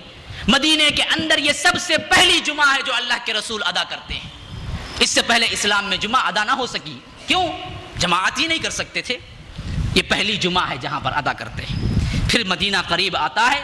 مدینے کے مسلمان، چھوٹی چھوٹی بچیاں، عورتیں اتنی اشتیاق سے اللہ کے رسول کا انتظار کر رہے ہوتے ہیں کہ کب آئیں گے. جب آتے ہیں تو چھوٹی چھوٹی بچیاں نظمیں گا گا کر اللہ کے رسول کو استقبالیہ کر رہے ہیں، اللہ کے رسول کو بلا رہے ہیں. طلع البدر علینا من ثنیات الوداع وجب الشکر علینا ما دعا للہ داعی. یہ سب اللہ کے ہمارے اوپر چاند طلوع ہوا ہے، اللہ کے رسول آ گئے ہیں. بس اللہ کے رسول صلی اللہ علیہ وسلم کا آنا تھا، مدینے کے اندر داخل ہونا تھا. ہر کوئی خواہش کر رہا تھا کہ اللہ کے رسول صلی اللہ علیہ وسلم ہمارے گھر میں قیام کر لے. بھاگ کے دوڑ کے آتے اور کہتے کہ اللہ کے رسول ہمارا گھر حاضر ہے، دیکھو ہم آپ کے میزبان بنتے ہیں. اللہ کے رسول نے کہا کہ تم میری اونٹنی کو چھوڑ دو، فإنہا معمورہ، یہ اللہ کی طرف سے معمور کی گئی ہے. اس کو معلوم ہے یہ اونٹنی قصبہ جس میں بیٹھا ہوا ہوں کہاں جا کے رکنا ہے، اس کو معلوم ہے. یہ اونٹنی چلتی گئی حتیٰ کہ سہیل اور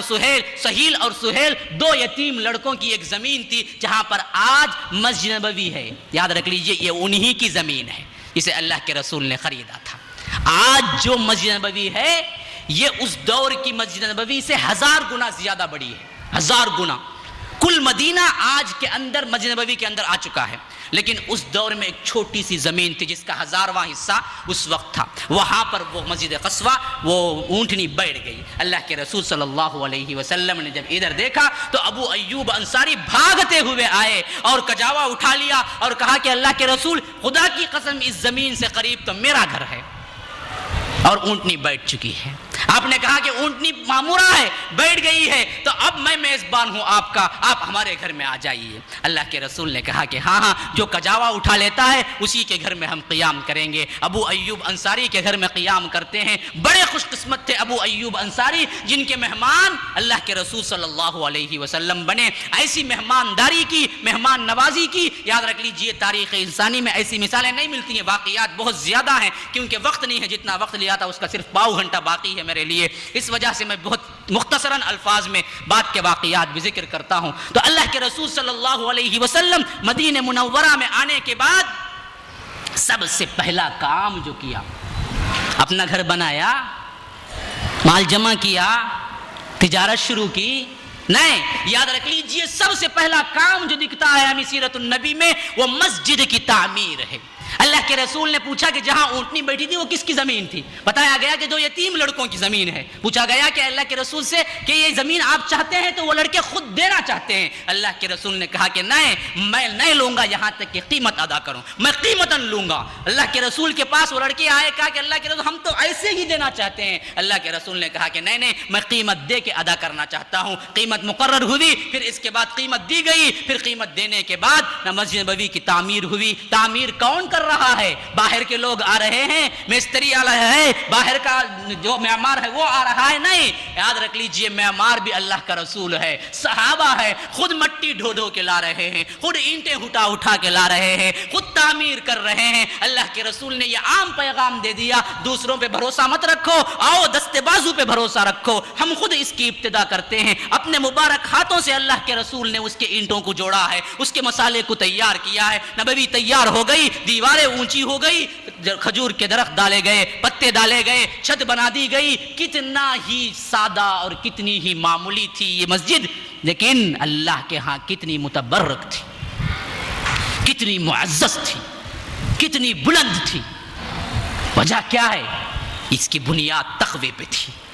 یاد رکھ لیجئے مسجد ساز و سامان کے ساتھ سوار دینا، لیکن نمازیوں سے خالی۔ کتنے مساجد ہیں جو نمازیوں کو پکار رہی ہیں؟ ہمارے محلے میں اٹھا کے دیکھ لیجئے کیسے کیسے شاندار مساجد ہیں، لیکن نمازیوں کو تڑپ رہے ہیں، جانے والا نہیں ہے۔ رمضان آتا ہے تو ایسا محسوس ہوتا ہے کہ ہر بلوں سے، ہر جگہ سے امٹ کے انسان آ چکے ہیں، لیکن رمضان جائے تو کہاں چلے گئے وہ لوگ جو اس وقت نظر آ رہے تھے؟ یہ ہمیں اسلام میں ہمارا سلوک ہے۔ یاد رکھ لیجئے یہ مسجد تھی، بہت سارا تیار ہوئی تھی، لیکن نمازیوں سے بھری ہوئی وہ مسجد جو اللہ کے رسول صلی اللہ علیہ وسلم نے کہا کہ جو کوئی اس میں ایک نماز پڑھے گا اللہ تعالیٰ اسے 1000 نماز کا ثواب دے گی۔ حرام وہ مسجد ہے، مسجد حرام کعبۃ اللہ، جس میں ایک نماز پڑھے گا اس میں 1,00,000 نماز ثواب دیا جائے گا۔ مسجد اقصیٰ وہ مسجد ہے جس میں ایک نماز پڑھے گا 500 نمازوں کا ثواب دیا جائے گا۔ اللہ کے رسول صلی اللہ علیہ وسلم اس مسجد کی تعمیر کے بعد بھائی چارہ کراتے ہیں۔ ایک انصاری کو بلاتے ہیں، یہ ایک مہاجر کو بلاتے ہیں، کہتے ہیں کہ تم دونوں آج سے بھائی بھائی۔ یہ اللہ کے رسول کا ایک لفظ کہہ دینا، صرف بھائی بھائی، اتنا متبرک ان لوگوں کے پاس بن جاتا ہے کہ اپنی تمام اثاثہ لے جا کے کہتے ہیں کہ دیکھو تم آج سے میرے بھائی ہو، تو جتنا سامان ہے گھر کا سب میں آدھا آدھا تمہیں تقسیم کر کے دے دیتا ہوں، جو کچھ ہے آدھا آدھا۔ حتیٰ کہ 2 بیویاں ہیں تو یہ بھی ہمیں نمونہ ملتا ہے کہ صحابی نے کہا کہ دیکھ لو، کیونکہ اس وقت پردے کا حکم نازل نہیں ہوا تھا، صحابی نے کہا کہ دیکھ لو جو پسند ہے میں طلاق دے دیتا ہوں، عدت کے بعد تم شادی کر۔ یہ بھائی چارہ کہیں دیکھا ہے؟ عبد الرحمن بن عوف کا بھائی چارہ کیا گیا تھا، یہ مہاجر تھے، سعد بن الربیع سے یہ انصار تھے، دونوں گئے، انہوں نے کہا کہ کل میں کہا آدھا آدھا اٹھا لو۔ عبد الرحمن نے کہا کہ میں مہاجر ہوں، آپ کا صدقہ، آپ کی احسان، آپ کی قربانی یہ تو مجھے دل کو بہت بھا گئی ہے، لیکن میں یہ چیزیں لینے کے لیے نہیں آیا ہوں، مجھے بازار کا راستہ دکھا دو، میں خود جا کے اپنی روزی روٹی کر لوں گا۔ یہ تھے مہاجر، ادھر انصار کا یہ احسار تھا تو ادھر مہاجرین کا یہ قربانی تھی۔ یاد رکھ لیجئے اس طرح یہ معاشرہ پروان چڑھا ہے۔ تو ہم دیکھتے ہیں کہ مشرکین مکہ جنہوں نے دیکھا کہ مدینے کے اندر جا کر یہ مضبوط ہو چکے ہیں، لڑنے کے لیے آئے ہیں بدر کے میدان میں، 2 ہجری میں غزوہ بدر۔ کیا حال ہے؟ 313 کی تعداد ہے مسلمانوں کی، جبکہ ان لوگوں کے پاس 1000 کا لشکر اور 200 گھوڑے مسلمانوں کے پاس 2 گھوڑے، ان کے پاس 200 گھوڑے، ان کے پاس 2 گھوڑے، اور حال کیا ہے؟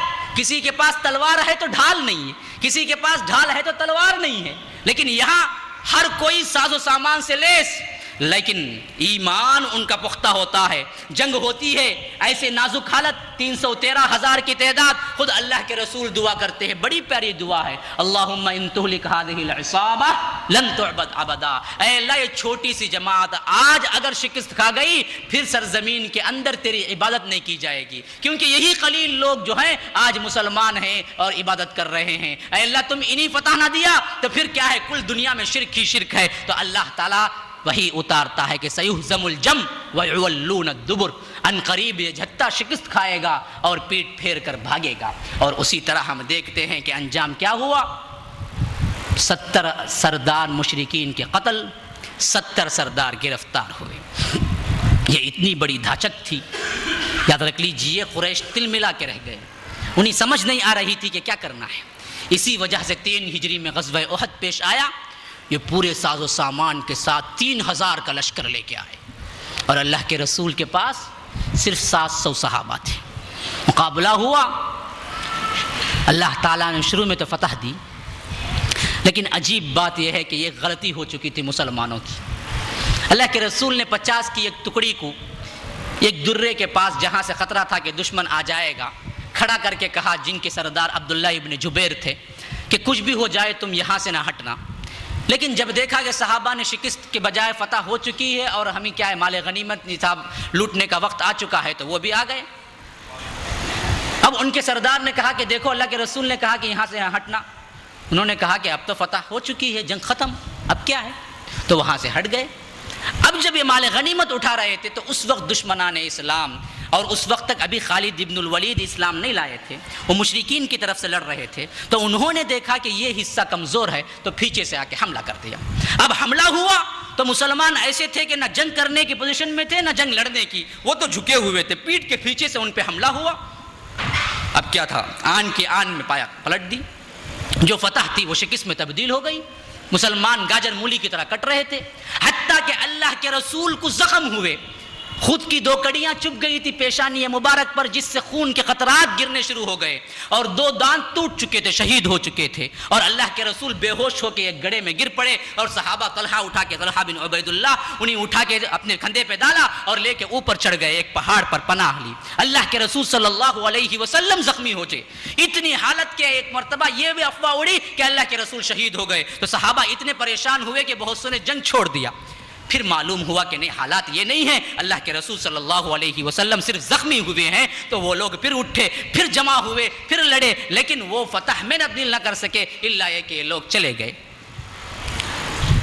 اللہ کے رسول صلی اللہ علیہ وسلم نے کہا کہ یہ لوگ دور جا کے سوچیں گے کہ ہم نے ایسے موقع پہ چھوڑ کے کیوں گئے، پھر پلٹ کے آئیں گے، اس وجہ سے ہمیں ابھی اسی وقت تیار ہو کے پھر آگے بڑھنا ہے، اور آگے بڑھے۔ اسی کو غزوہ حمراء الاسد کہا جاتا ہے تاریخ میں۔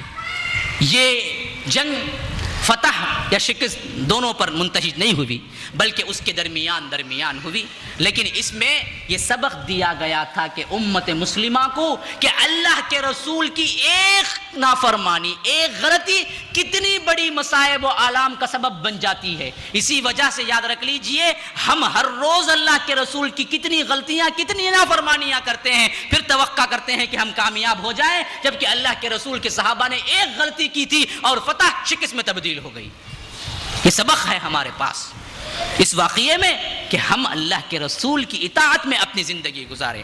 پھر 5 نبوت کا وہ زمانہ ہے جس میں ایک کا کر کے تمام قریش تقریباً 10,000 کا لشکر لے کے آئے تھے، اور اللہ کے رسول نے مقابلے پہ صرف 3,000 افراد کو لے کے نکلے، اور درمیان میں خندق کھود دی گئی۔ یہی وہ خندق ہے جس کو غزوہ احزاب کہا گیا ہے۔ تقریباً 20 دن تک پڑاؤ کیے ہوئے رہے۔ پھر اس کے بعد اللہ تعالیٰ نے ایک ایسی آندھی بھیجی، یہ خود اپنے خیمے اٹھا کے چل دیے۔ اللہ کے رسول نے کہا کہ اس کے بعد یہ لوگ کبھی ہم پہ حملہ کرنے کے لیے نہیں آئیں گے، ہم جائیں گے۔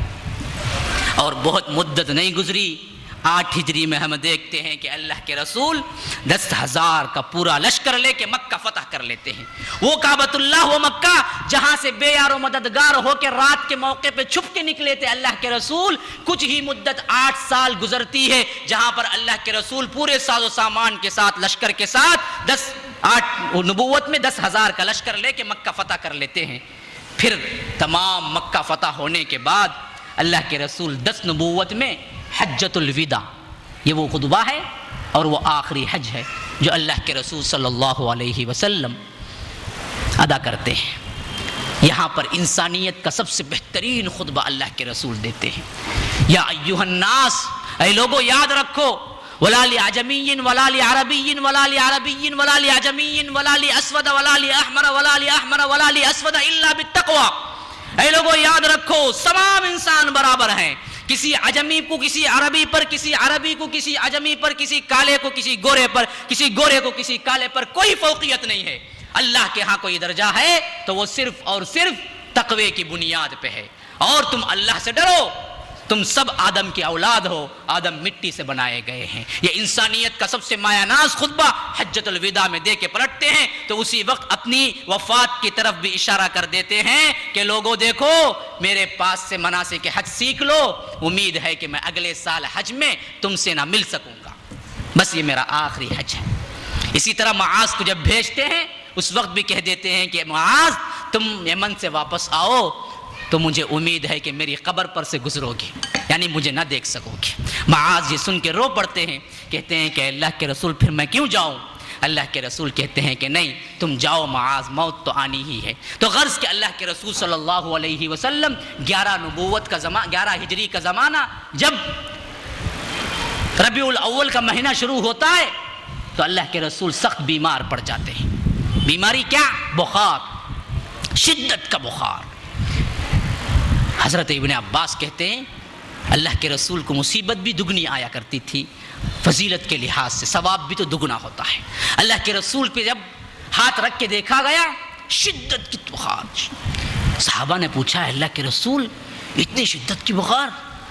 اللہ کے رسول نے کہا کہ ہاں مجھے 2 آدمیوں کی بخار آتی ہے, ایک آدمی کو نہیں 2 آدمیوں کو جتنی آ سکتی ہے اتنی بخار آتی ہے. صحابہ نے پوچھا کیوں؟ اجر کے لحاظ سے, کیونکہ آپ کا اجر بھی بہت بلند ہے. اللہ کے رسول نے کہا کہ ہاں. ایک مرتبہ ہے کہ اللہ کے رسول نماز کے لیے اٹھے, بخار کی شدت اور سر کا اتنا درد کہ اللہ کے رسول بے ہوش ہو کے گر پڑے.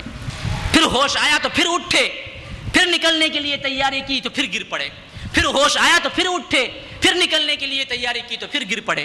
تو اللہ کے رسول نے کہا کہ تم کہو کہ ابو بکر سے کہ وہ نماز پڑھائے. تو اسی طرح اللہ کے رسول صلی اللہ علیہ وسلم ایک مرتبہ بخار کی شدت کی وجہ سے کہا کہ میں دراصل لوگوں سے ملنا چاہتا ہوں لیکن مجھے اٹھنا نصیب نہیں ہوتا ہے, تم ایسا کرو کہ 7 بڑے بڑے کنووں سے 7 قسم کے پانی لے کے آؤ. جب مشکیزوں میں پانی لایا گیا تو اللہ کے رسول نے کہا کہ مجھے لگن میں بٹھاؤ, اور لگن میں جب بٹھا دیا گیا تو اللہ کے رسول نے کہا کہ ایک ایک مشکیزہ پانی مجھ پہ اڈلتے چلے جاؤ تاکہ بخار کی شدت کچھ کم ہو جائے, کیونکہ جو گرمی کی بخار ہوتی ہے اس کا علاج پانی سے کیا جاتا ہے, جو سردی کی بخار ہے اس کے لیے نہیں ہے, یاد رکھ لیجئے. کوئی یہ کام کرے تو بخار اور بڑھ جائے گی. یہ دراصل وہاں کی بخار کے لحاظ سے ہے, عرب کی, جہاں گرم کی بخار ہوتی تھی. تو غرض کہ جب انڈھیلا گیا مشکیزے میں پانی تو اللہ کے رسول کو کچھ بخار کم ہوا تو اللہ کے رسول صحابہ کے درمیان آ کے بیٹھے, کہا کہ لوگوں دیکھو اب وہ زمانہ قریب آ رہا ہے جب مجھے میرے رب سے ملنا ہے, اور یاد رکھو لوگوں انصار کا کبھی بھی خیال رکھنا, لوگ بڑھتے چلے جائیں گے انصار گھٹتے چلے جائیں گے, یہ انصار کی عظمت ہے, ان کا خیال رکھنا. اور یاد رکھو جو کوئی مجھ سے کوئی بدلہ لینا چاہتا ہے وہ یہی لے لے, اور میں بخوشی اجازت دیتا ہوں کہ جو کوئی حق ہے وہ آ کے مجھ سے کہے, وہ حق لے کے چلے جائے. اللہ کے رسول کو کتنا ڈرتا دیکھیے انسانی مساوات کا. اللہ کے رسول بار بار پکار رہے تھے کوئی ہے اپنا حق طلب کرے, کوئی صحابی اٹھنے والا نہیں. بہت بار طلب کرنے کے بعد ایک صحابی اٹھتے اور اللہ کے رسول سے کہتے ہیں اے اللہ کے رسول فلاں دن آپ نے 3 دینار لیے تھے وہ ادا کرنا باقی ہیں. تو اللہ کے رسول کہتے ہیں کہ ابو بکر ان کو 3 دینار ادا کر دو. اس طرح معاملات بالکل برابر برابر. پھر ربیع الاول کی 12 تاریخ ہے جس میں اللہ کے رسول چاش کے وقت وفات پاتے ہیں. وہ دن جب فجر کی نماز صحابہ پڑھ رہے ہوتے ہیں, افاقہ ہوتا ہے, بڑا اللہ کے رسول کا چہرہ چمک رہا ہوتا ہے، اللہ کے رسول پردہ اٹھا کے دیکھتے ہیں تو صحابہ نماز پڑھ رہے ہیں، مسکرا دیتے ہیں۔ اللہ کے رسول کا پردہ اٹھا کے دیکھنا صحابہ کو نماز میں محسوس ہوتا ہے تو خوشی سے صحابہ کہتے ہیں کہ ہم تو نماز توڑ دینے والے تھے کہ اللہ کے رسول اب اچھے ہو گئے اور آنے والے ہیں، جبکہ اللہ کے رسول صلی اللہ علیہ وسلم نے ہاتھ سے اشارہ کیا اور کہا کہ دیکھو نماز پڑھتے رہو، نماز پڑھتے رہو۔ پھر نماز مکمل ہوئی تو اللہ کے رسول صلی اللہ علیہ وسلم کے پاس ابو بکر تشریف لائے، دیکھا کہ اللہ کے رسول کی طبیعت کچھ بہتر ہے تو انہوں نے سوچا کہ اب کچھ بہتر ہے تو میں ذرا گھر کو جا کے آ جاؤں، جو دور تھا ان کے مدینے کے ایک گاؤں میں تھا، تو ابو بکر نکل گئے۔ اللہ کے رسول صلی اللہ علیہ وسلم حضرت عائشہ کے حجرے میں حضرت عائشہ کے مانڈی پہ سر رکھے ہوئے پڑے ہوئے تھے۔ عائشہ کہتی ہیں کہ یہ فضیلت کسی اور کو حاصل نہیں ہوئی کہ اللہ کے رسول نے جان دی تو اس وقت سر مبارک میری گود میں تھا، اور اللہ کے رسول کے زبان مبارک میں آخری چیز جو جانے والی تھی وہ میرا تھوک تھا۔ کیسے کہ اللہ کے رسول مانڈی پہ سر رکھ کے پڑے ہوئے تھے، میرا بھائی عبد الرحمن ابن ابو بکر لے آیا تھا مسواک کرتے ہوئے اندر، تو اللہ کے رسول نے یوں دیکھا، میں نے کہا اللہ کے رسول کیا آپ کو مسواک چاہیے؟ اللہ کے رسول نے کہا کہ ہاں۔ وہ لی، جب اللہ کے رسول کو دینے لگی تو اللہ کے رسول نے کہا کہ یہ سخت ہے، نہیں بتایا، تو میں نے سمجھ گئی کہ اللہ کے رسول اسے نرم کرنا چاہتے ہیں۔ پھر میں نے اس کو نرم کیا، چاوا اچھی طرح، جب نرم ہو گیا تو وہ مسواک اٹھا کے اللہ کے رسول کے پاس دے دیا۔ اللہ کے رسول نے وہ مسواک کی ہے۔ آخری چیز جو اللہ کے رسول کے دہن مبارک میں گئی ہے وہ حضرت عائشہ کا لعاب ہے، اور آخری کام جو اللہ کے رسول نے کیا ہے وہ مسواک کرنا ہے۔ اسی سے معلوم ہوا مسواک کی کتنی بڑی عظمت ہے، کیونکہ اللہ کے رسول نے کہا لولا ان اشق علی امتی لامرتهم بالسواک عند كل صلاۃ، کہ اگر مجھے امت کی مشقت کا خیال نہ ہوتا تو میں ہر نماز میں مسواک کرنے کا حکم دیتا، اور آخری عمل اللہ کے رسول نے کوئی کیا ہے تو وہ مسواک کرنا ہے۔ غرض اللہ کے رسول صلی اللہ علیہ وسلم کا یہ آخری وقت تھا۔ حضرت عائشہ کہتی ہیں کہ اللہ کے رسول اس کے بعد کچھ زبان مبارک سے پڑھنے لگے، میں نے کان لگا دیا تو کیا تھا کہ مع النبیین من النبیین والصدیقین والشہداء والصالحین، میں سمجھ گئی کہ اب وہیں پر جانے والے ہیں جہاں انبیاء و شہداء جا چکے ہیں۔ پھر اللہ کے رسول کے زبان مبارک پہ جو الفاظ تھے اللہم بالرفیق الاعلی، اللہم بالرفیق الاعلی، اے اللہ تو بہتر رفیق ہے، تو میرا دوست ہے، تو وہاں وہ درجات رکھا ہوا ہے، میں اسی پر آنا چاہتا ہوں۔ تو غرض کے آخری الفاظ اللہ کے رسول سے جو نکلے وہ یہی کہ رفیق اعلیٰ، رفیق اعلیٰ۔ اگر تائید کوئی کی تھی، کوئی حکم دیا تھا تو آخری حکم یہی تھا کہ الصلاۃ الصلاۃ وما ملکت ایمانکم، الصلاۃ الصلاۃ وما ملکت ایمانکم۔ لوگوں دیکھو نماز نماز نماز نماز کی پابندی کرو اور غلاموں کے ساتھ حسن سلوک کرو، یہ آخری الفاظ تھے۔ حضرت عائشہ کہتی ہیں پھر اللہ کے رسول صلی اللہ علیہ وسلم کا ہاتھ اٹھا ہوا تھا کہ الفاظ جاری تھے کہ میں نے دیکھا کہ اچانک اللہ کے رسول کا ہاتھ گر چکا ہے، اور میں سمجھ گئی کہ اللہ کے رسول اللہ کے پاس پہنچ چکے ہیں۔ کچھ نہ پوچھئے کہ کیا وقت آیا تھا مسلمانوں پر، متاع دین و دنیا لٹ گئی اللہ والوں کی، مدینے کی گلیوں میں چلتا پھرتا قرآن باقی نہ رہا، ہائے کیا لذت تھی کہ چھن گئی، کیا دولت تھی کہ گم ہو گئی، ابو رافع کے آقا نہیں رہے، حضرت ابن مالک کس کی خدمت کریں گے،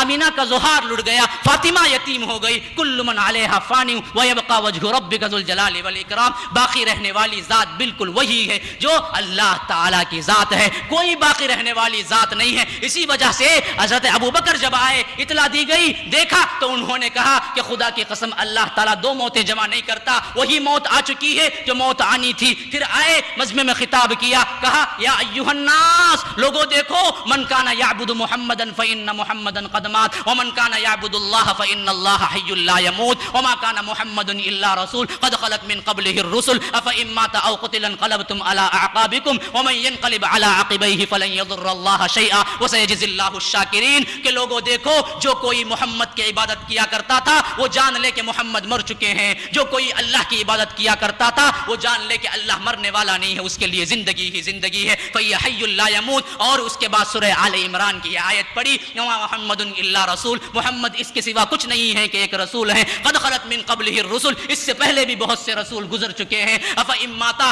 اگر یہ مر جائیں، او قتلا، شہید ہو جائیں، انقلبتم علی اعقابکم، کیا تم الٹے پیر بھاگ جاؤ گے، ومن ينقلب علی عقبیہ، اگر کوئی الٹے پیر بھاگ گیا، اسلام سے منحرف ہو گیا، فلن يضر اللہ شیئا، وہ اللہ کا کچھ نہیں بگاڑ سکتا۔ لیکن صحابہ کے لیے سب سے بڑی پریشانی یہ تھی کہ اللہ کے رسول کی موت، اس سے بڑا کوئی صدمہ نہیں تھا۔ سنتے کہ صحابہ کیا کریں، یہی وہ موقع تھا جس میں حضرت عمر نے کہا کہ خدا کی قسم اگر کوئی کہے محمد وفات پا چکے ہیں میں اس کا سر قلم کر دوں گا. یہ تو اسی طرح گئے ہیں جس طرح موسیٰ طور پہ گئے تھے، واپس آ جائیں گے. لیکن کہتے ہیں کہ عمر میں یہی بات اپنے دل کو تسلی دینے، کیونکہ دل نہیں مان رہا تھا کہ ہم محمد سے جدا کر دیے گئے ہیں، کیونکہ وہ تو محبوب تھے، اتنے محبوب تھے صحابہ، اپنی جان دینا ان کے لیے بہت آسان تھا، لیکن اللہ کے رسول سے جدا ہونا ان کے لیے بہت مشکل تھا. اسی محبت میں وہ کہہ رہے تھے. لیکن عمر کہتے ہیں جب ابو بکر نے یہ آیت پڑھی کہ وما محمد الا رسول قد خلت من قبلہ الرسل، تو مجھے معلوم ہوا کہ حقیقت تو یہی تھی. یہ کب نازل ہوئی؟ حیران تھے صحابہ، یہ تو پہلے نازل ہو چکی تھی، لیکن ہمیں تو ایسا لگ رہا تھا کہ یہ آج نازل ہوئی ہے. پھر صحابہ اللہ کے رسول کے کفن دفن میں لگے ہیں. ایک طویل واقعات ہیں، پھر اس کے بعد ویسے بھی وقت بھی نہیں ہے. یہ تھی مختصر زندگی، جتنی مختصر میں کرنا چاہا اتنی مختصر کر کے یہ بیان کر دیا. لیکن اصل بہت طویل ہے، یہ بحر نا پیدا کنار ہے، یہ طویل مضمون ہے. سننا چاہتے ہیں تو طویل سیرت بھی میں نے کی ہے، تقریباً اس کے 50 حصے ہیں، DVDs میں ہمارے پاس موجود ہیں. کوئی لینا چاہتے ہیں تو لے کے دیکھ لے، اس میں میں نے مفصل سیرت بیان کی ہے. لیکن یاد رکھ لیجئے جتنا مختصر میں نے بیان کیا ہے اس سے بھی مختصر الفاظ میں آپ کو نصیحت کرتا ہوں جو اس سیرت سے ہمیں ملتا ہے، کہ یہ پوری سیرت ہمیں دعوت دیتی ہے کہ اسلام کو مضبوطی سے پکڑیں، اللہ کی اطاعت کو قبول کر لیں. اس راہ میں آسانیاں نہیں، پریشانیاں آئیں گی، جم کے ثابت قدم رہ کے اس اسلام کی نشر و اشاعت کے لیے لگ جائیے. یہی مشن تھا اللہ کے رسول کا، اور یہی مشن تھا صحابہ کا، جس کو کرتے ہوئے اللہ تعالیٰ نے اتنا انہیں بلند کیا کہ کل دنیا پہ انہیں غلبہ عطا کیا. اور آخرت تو ہے ہی امت کے مسلمانوں کے لیے، متقین کے لیے. اگر یہ کام نہ کریں گے تو اللہ بھی ہم سے وعدہ کرتا ہے وَإِن تَتَوَلَّوْا يَسْتَبْدِلْ قَوْمًا غَيْرَكُمْ. لوگوں دیکھو یہ کام تم نہ کرو گے، اللہ کو کچھ نہیں پڑی ہے کہ تمہیں جبر کرے، بلکہ تمہیں اٹھا کے پھینک دے گا، تمہیں بدل دے گا، تمہیں لائے گا نہیں بلکہ کن کو لائے گا؟ ثم لا يكونوا امثالکم، دوسری مثالیں لائے گا، دوسرے لوگ لائے گا جو اللہ کے فرما بردار ہوں گے اور اللہ کی اطاعت کریں گے. یاد رکھ لیجئے اس دنیا اور اس دنیا کی کامیابی اللہ کے رسول کی سیرت مبارکہ پر سن کے جانے میں نہیں ہے، بلکہ اللہ کے رسول کی سیرت مبارکہ پر اپنی زندگی کو عمل کرنے میں ہے. یہی میرا پیغام ہے. جو کچھ آپ لوگ یہاں آئے، یہ وقت دیا، یہ موقع دیا اور ہم کو سنانے کا موقع دیا، آپ لوگ پورے توجہ سے سنیں، اس کا ہم سب شکر گزار ہیں. لیکن یاد رکھ لیجئے اس کو اسی وقت ہم کامیاب بنا سکتے ہیں جب ہم آج یہ تہیا کر کے اٹھیں کہ ہماری زندگی کا پل، ہماری زندگی کی حرکت، ہماری ہر زندگی کا ہر لمحہ اللہ کے رسول کی سیرت مبارکہ کے عمل میں شروع ہوگا اور عمل میں ختم ہوگا. ھذا وباللہ التوفیق، صلی اللہ وسلم علی نبینا محمد. اسأل اللہ لی ولکم ولسائر المسلمین من کل ذنب فاستغفروہ انہ هو الغفور الرحیم. بھائی چند حد تشکر بھی ہے، اور ویسے بھی وہ جو آپ کے پاس چٹھی دی گئی ہے اس میں آپ کو سجیشن کا ایک دائرہ دیا گیا ہے. اس میں درخواست یہ ہے کہ اس طرح کے کانفرنسز ہر مہینہ رکھنے کے ہمارے پاس کیا ہیں آئیڈیا ہیں. تو اس سلسلے میں آپ عنوان بھی لکھ سکتے ہیں کہ اگلے کانفرنسز کس میں کریں ہم، اور کیا آپ لوگ چاہتے ہیں اس طرح، اور کیسے لگا یہاں کا پروگرام، اور اس میں کچھ خامیاں ہیں تو یہ بتا دیجئے، کیا خوبیاں ہیں، جو پسند آئے یہ بھی بتا دیجئے. کھل کے اس پر تبصرہ کیجئے، اور اس کے ساتھ ساتھ اطمینان کے ساتھ وضو کیجئے. کوئی جلدی کرنے کی ضرورت نہیں ہے، انشاءاللہ اسی کے بعد عشاء شروع ہوگی. محمد رسول اللہ، محمد رسول اللہ، محمد رسول اللہ، محمد رسول اللہ. جہاں میں ان سے چہرہ ہے نہ ہے خندہ جبھی کوئی، ابھی تک جن سکینہ اور دے ان سا ہنسی کوئی. نہیں رکھی ہے قدرت نے کمی تجھ میں، جو چاہا آپ نے مولا وہ رکھا ہے سبھی تجھ میں.